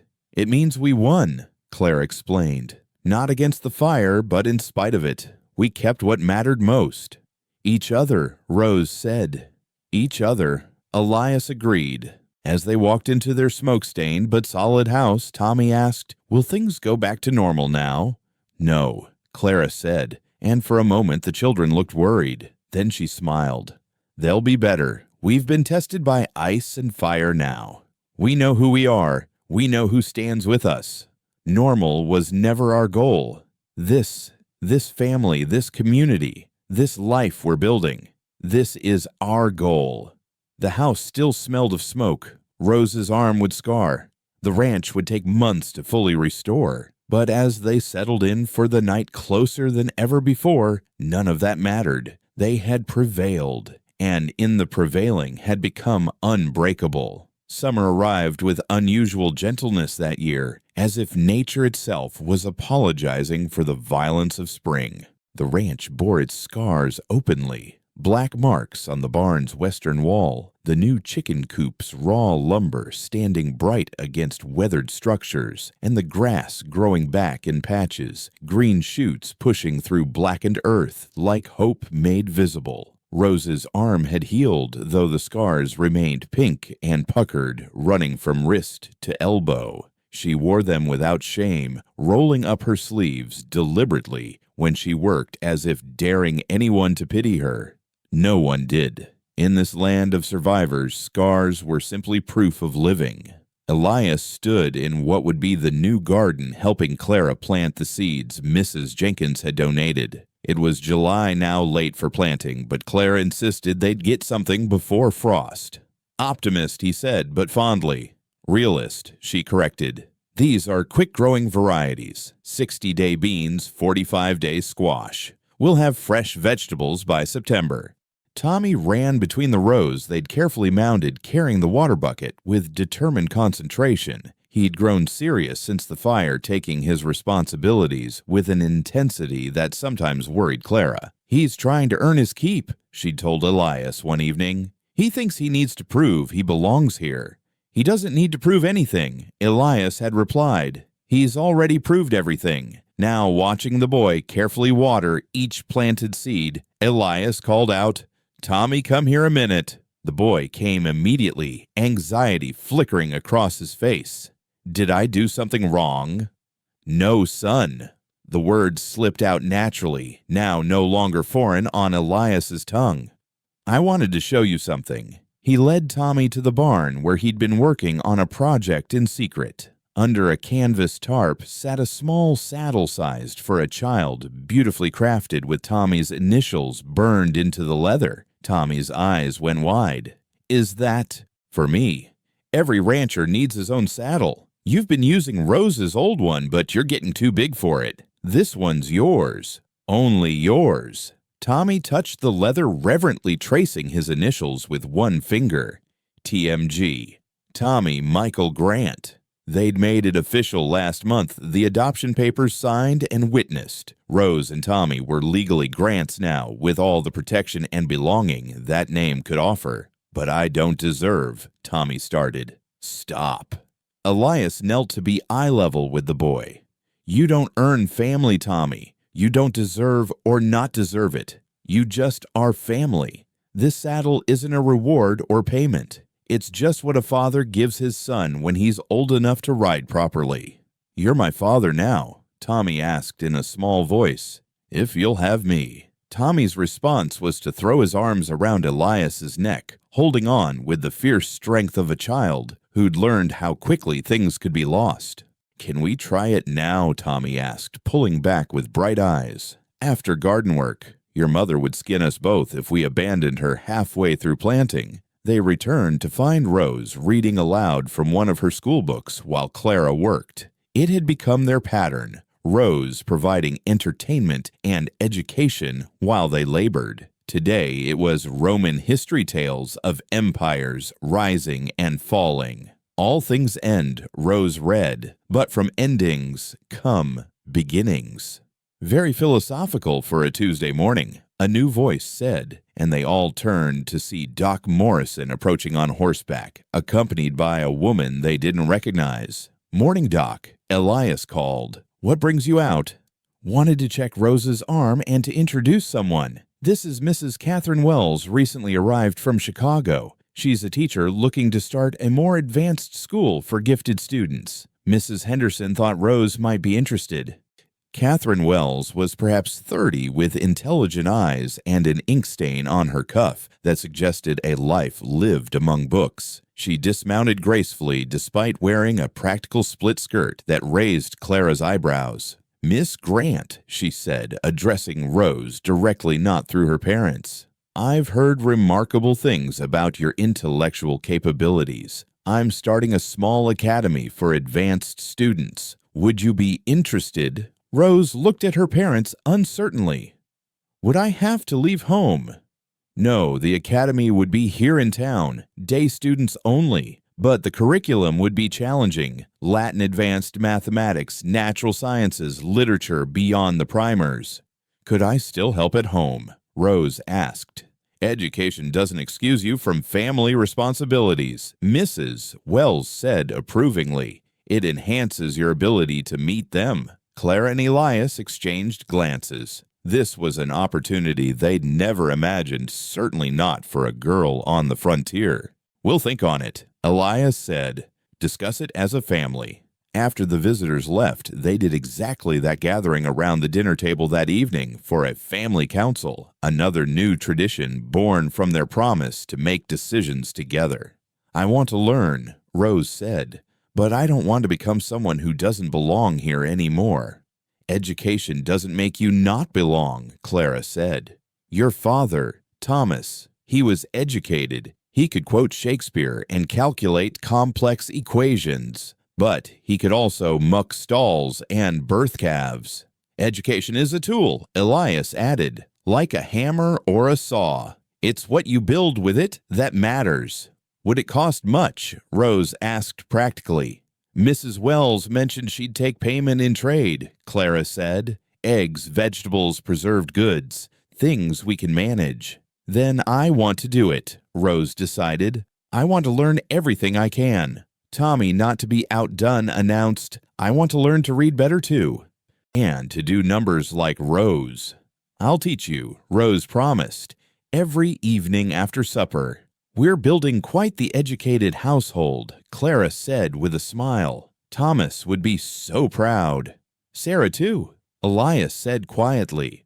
"She always said education was the only thing that couldn't be taken away from you." That night, as had become their custom, Elias and Clara sat on the porch after the children were asleep. The space between them had been gradually shrinking over the months, and now they sat side by side on the bench Elias had built close enough that their shoulders touched. "We're doing well," Clara said into the comfortable silence. "Better than I dared hope when I knocked on your door. Seems like a lifetime ago." It was. "We're different people now." "Are we?" Elias asked. "I think so. You smile now. Really smile, not just the polite movement of lips. And you laugh when Tommy tells his ridiculous jokes." "You're different too," Elias observed. "Stronger. More certain. You don't look over your shoulder anymore, waiting for disaster." "I still wait for it sometimes," Clara admitted. "But now I know if it comes, we'll face it together." "Together," Elias repeated, and the word held weight. They sat in silence for a while, watching the stars emerge in the clear night sky. Then Clara said something that had been building for weeks. "Elias, we're married, but we're not married." He stiffened slightly. "You want to change the arrangement? I want to know if you do." He was quiet for so long she thought he wouldn't answer.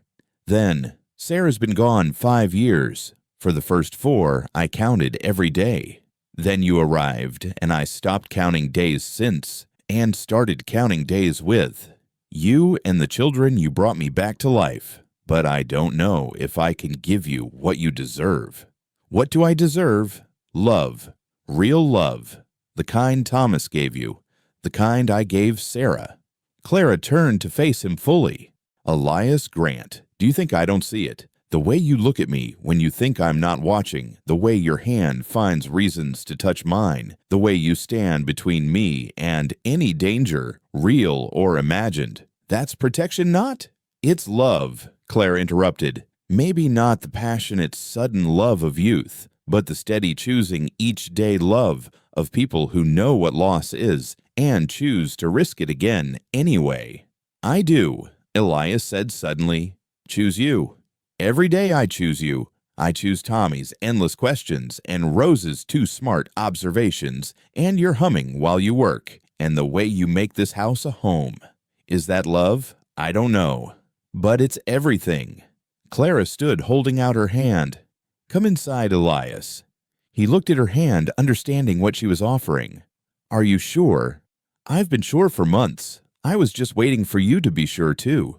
He took her hand, rose from the bench. "What about the children? We'll be thrilled to find us sharing a room come morning. Rose has been hinting about it for weeks." They went inside together, and that night, for the first time, they truly became husband and wife. Not in the legal sense. That had happened months ago. But in the choosing, in the deciding that their accidental family would become an intentional one. Morning came with Tommy's excited shout, "Rose, Rose, Elias's bed hasn't been slept in." Rose's response was dryly amused. "Finally, I was beginning to think we'd have to draw them a map." At breakfast, the children acted as if nothing had changed, but Clara caught Rose's small smile, Tommy's extra enthusiasm as he chattered about the day's plans. The family had shifted into its final form, all pieces finally where they belonged. A week later, they received unexpected visitors. A small wagon approached, and Clara recognized the driver with a start. It was Pete, one of Marcus's men from that confrontation months ago. But he wasn't alone. A woman sat beside him, and 2 children rode in the back. Elias emerged from the barn, rifle in hand but not raised. "Peace," Pete called immediately. "We come in peace, and with news." They gathered in the yard, wary but curious. "Marcus is dead," Pete said bluntly. "Tried to cheat the wrong man in a card game in Cheyenne. Got himself shot." Clara felt no joy at the news, just a release of tension she hadn't realized she'd been carrying. "This is my wife, Mary," Pete continued. "These are our boys. We've taken over Marcus's ranch. He owed me years of wages, and with him gone, no other heir stepped forward. We wanted you to know you've got no enemy there anymore. And—" he paused, seeming to struggle with the words. "We wanted to apologize. Proper like. What Marcus tried to do, what we helped him try, it wasn't right." "You've apologized before," Clara said.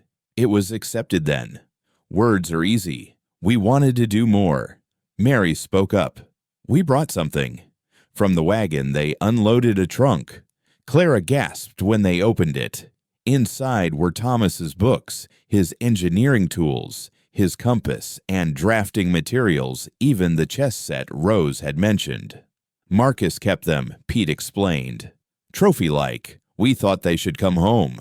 Rose was already reaching for the chess set with trembling hands. Tommy grabbed his father's compass, holding it like treasure. Clara touched the books, tears flowing freely. "This is—" She couldn't finish. "Right," Elias said firmly, shaking Pete's hand. "This is right." After the unexpected guests left, the family gathered around the trunk, carefully removing each item, sharing memories of Thomas that the objects triggered. It wasn't sad, not really. It was like welcoming an old friend back into their home. "Now Papa can be here too," Tommy said, setting the compass on the mantel next to the photograph of Sarah and Michael. "They're all here," Rose agreed.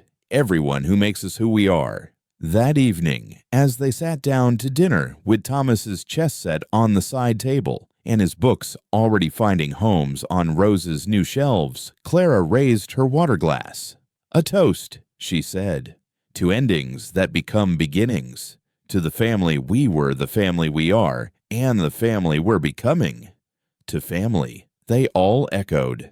As they ate, Tommy suddenly asked, Are we going to have more family like a baby?" Clara choked on her water. Elias turned red. Rose rolled her eyes at her brother's timing.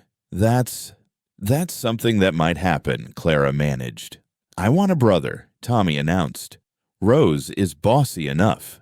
"I want a sister," Rose countered. "Tommy's messy enough."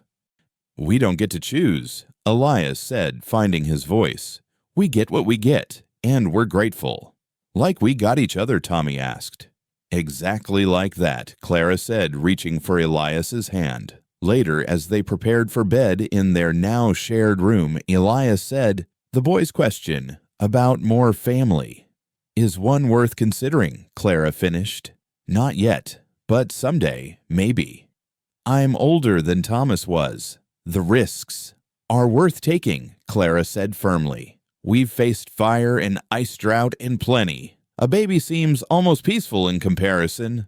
"You've never heard Tommy's tantrums from his toddler years," Elias said dryly, then stopped realizing what he'd said. "No," Clara said gently. "But you have, and you're willing to risk it again. That tells me everything." They held each other in the darkness, two people who'd lost everything and found each other in the ruins, building something new and strange and wonderful from the pieces. "I love you." Elias said, the words coming easier now with practice. "I love you too," Clara replied, not instead of Thomas, not replacing Sarah, but completely, truly, presently. "Is it strange?" Elias asked. "To love again after such loss?" "It's brave," Clara corrected. "The bravest thing we've ever done." Outside, a wolf howled in the distance, answered by another, then another. Once that sound would have meant danger. Now it was just part of the night music, like the wind in the grass and the creak of the house settling. They were settled too, finally. A family forged in necessity, tested by trial, and chosen in love. Tomorrow would bring its own challenges. It always did. But tonight, they were complete. The Grants slept peacefully in their twice-built home dreams, untroubled by the past, ready for whatever future they would face together. 5 years later, on a September morning that carried the first hint of autumn's chill, the Grant Ranch bustled with activity unlike any day before. White ribbons fluttered from every fence post. Tables groaned under the weight of food brought by neighbors, and wildflowers gathered by eager hands decorated every available surface. Rose, now 12 and tall for her age, stood before the mirror in her parents' room, carefully pinning up her hair in the sophisticated style Mrs. Wells had taught her. She wore a new dress, blue as the Wyoming sky sewn by her mother's patient hands. Today was special. Today, Rose Grant would give her first public academic presentation at the Harvest Festival, discussing her paper on agricultural innovations that had won recognition from the Territorial Education Board. "You look like a proper scholar," Clara said from the doorway, bouncing baby James on her hip. At 2 years old, James was the perfect blend of his parents, Elias's steady temperament and Clara's bright curiosity. "I look like Papa," Rose corrected, meaning Thomas. "He always said, dress for the person you intend to become." "Both your fathers would be proud," Clara said, smoothing a wayward curl. "Are proud," she corrected herself. "Thomas watches from above, and Elias has told everyone in 3 counties about your paper."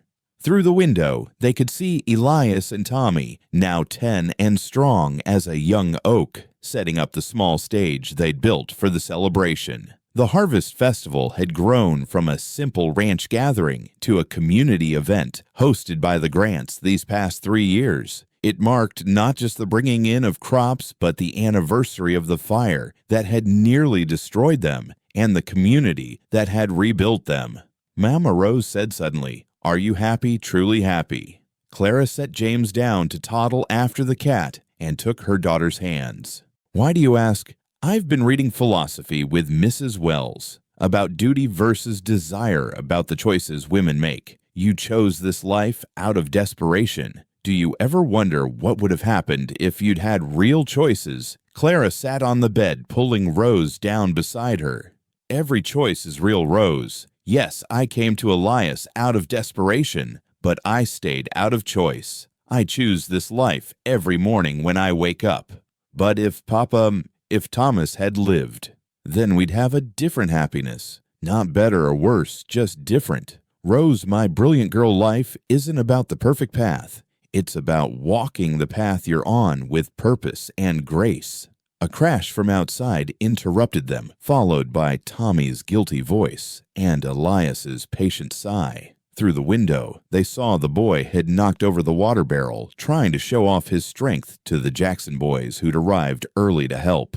"Some things never change," Rose said, but fondly.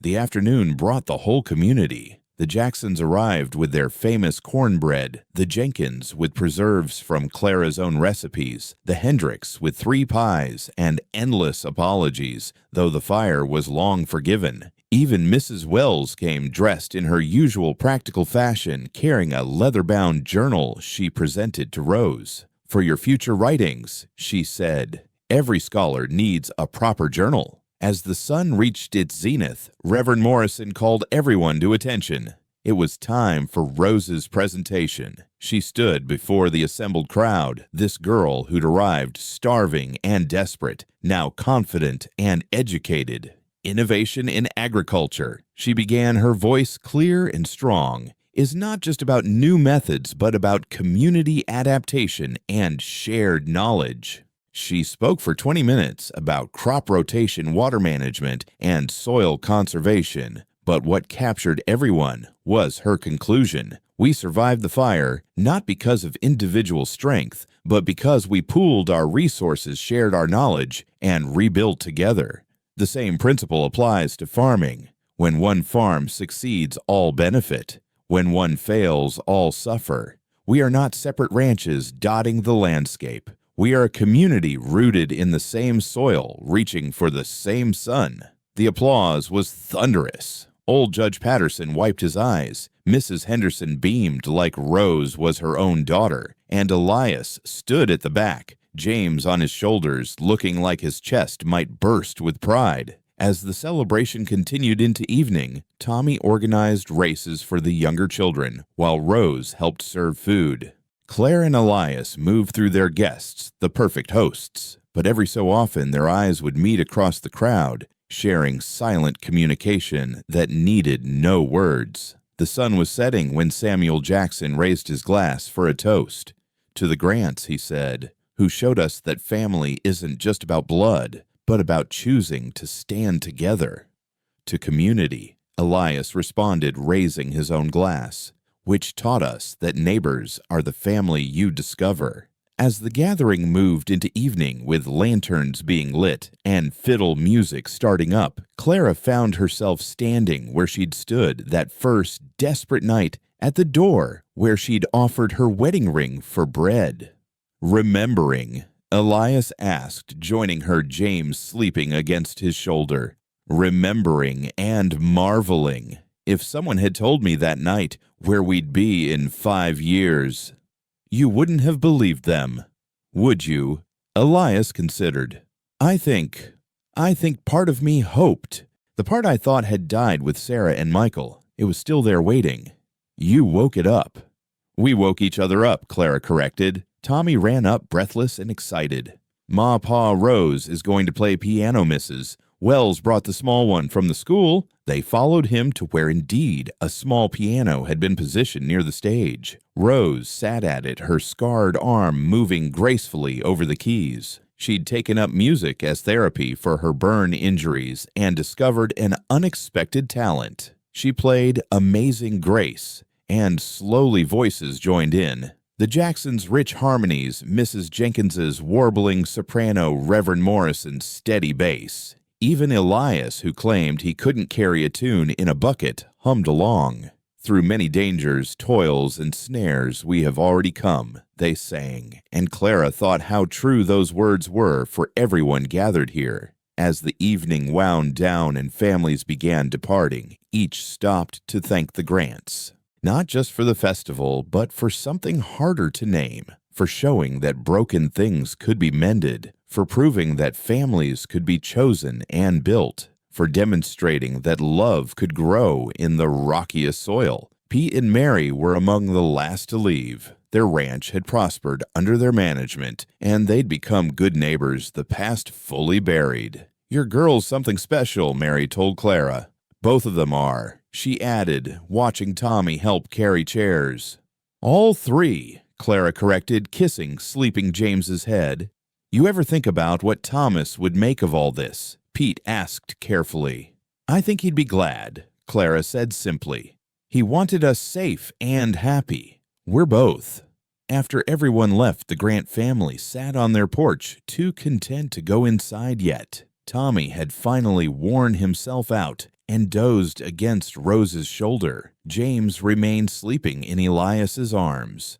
The night was clear stars brilliant in the vast Wyoming sky. "Rose's speech was perfect," Clara said. "She captured something I've been trying to understand for years." "About community?" Elias asked. "About belonging, about how we're all part of something bigger, but it only works when we choose to be part of it." Rose, still awake, said, "Mrs. Wells thinks I could go to college, back east. There's a women's college that might accept me despite my age." The adults exchanged glances over her head. "Is that what you want?" Elias asked carefully. "I don't know. Part of me wants to learn everything the world has to teach. Part of me can't imagine leaving home." "You've got time to decide," Clara said. "Years yet. But if I do go," Rose continued, "I'll come back. This is home. Your home. All of you. We'll support whatever you choose," Elias said. "That's what family does." "Real family," Tommy mumbled sleepily, and they laughed at his ability to participate even while half asleep. As they finally moved to go inside, Clara paused at the threshold. "That first night I stood here with nothing but desperation and a wedding ring. Now you have everything," Elias suggested. "No," Clara said thoughtfully. "Now I understand that everything isn't about having. It's about being. Being together, being strong, being willing to rebuild when fire comes. Being family," Rose added. "Being home." Tommy contributed more awake than they'd thought. They went inside their house bearing the scars of its trials, the burn marks on the western wall, the new wood mixed with old, the additions and changes that marked growth and adaptation. It was not the house Elias had built with his first family, nor the home Clara had shared with Thomas. It was something new, something uniquely theirs. As Clara tucked James into his crib, the one Elias had carved with bears and horses dancing around the rails, she whispered the same prayer she'd said every night since his birth. "May you know only the love, never the loss that brought us together." But even as she said it, she knew loss would come. It always did. The difference was that James would face it with the strength of a family that had already survived the worst, a community that knew how to rebuild, and the knowledge that broken things could become beautiful in their mending. Later in their bed, Elias and Clara lay listening to the night sounds, Tommy's occasional snore, Rose turning pages she read by moonlight, despite being told not to James's peaceful breathing. "Do you ever wonder if we've tempted fate?" Clara asked, "being this happy after so much sorrow." "Every day," Elias admitted. "Then I remember that fate already took its shot. Fire, death, loss. We've faced it all. We're still here." "Still here," Clara repeated, finding comfort in the simple truth of it. Outside, the wind picked up, rattling the windows slightly, but the house stood firm as it had through blizzard and fire, through grief and joy, through the building and rebuilding that was life on the frontier. "I love you," Elias said into the darkness. "I love this life we've built, even though it wasn't the plan. Especially because it wasn't the plan. The best things never are." As sleep finally claimed them, the Grant house settled into peaceful quiet. 5 souls under one roof, each carrying their own losses and scars, but bound together by choice and chance, by trial and triumph, by the daily decision to be family. The message was clear in every board and nail of their twice-built home, in every carefully tended row of Clara's garden, in every book on Rose's shelves, in every horse Tommy train, in every laugh from baby James' life. Breaks us all, but we choose whether to stay broken or to rebuild.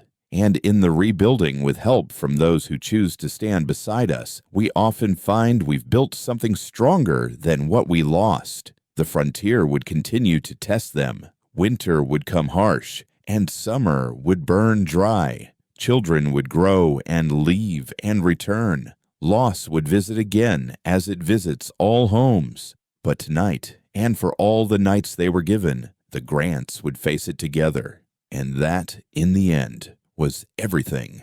The moon rose full over the Wyoming plains, bathing the ranch in silver light, blessing the house that had become a home, the strangers who had become family, the desperation that had become devotion.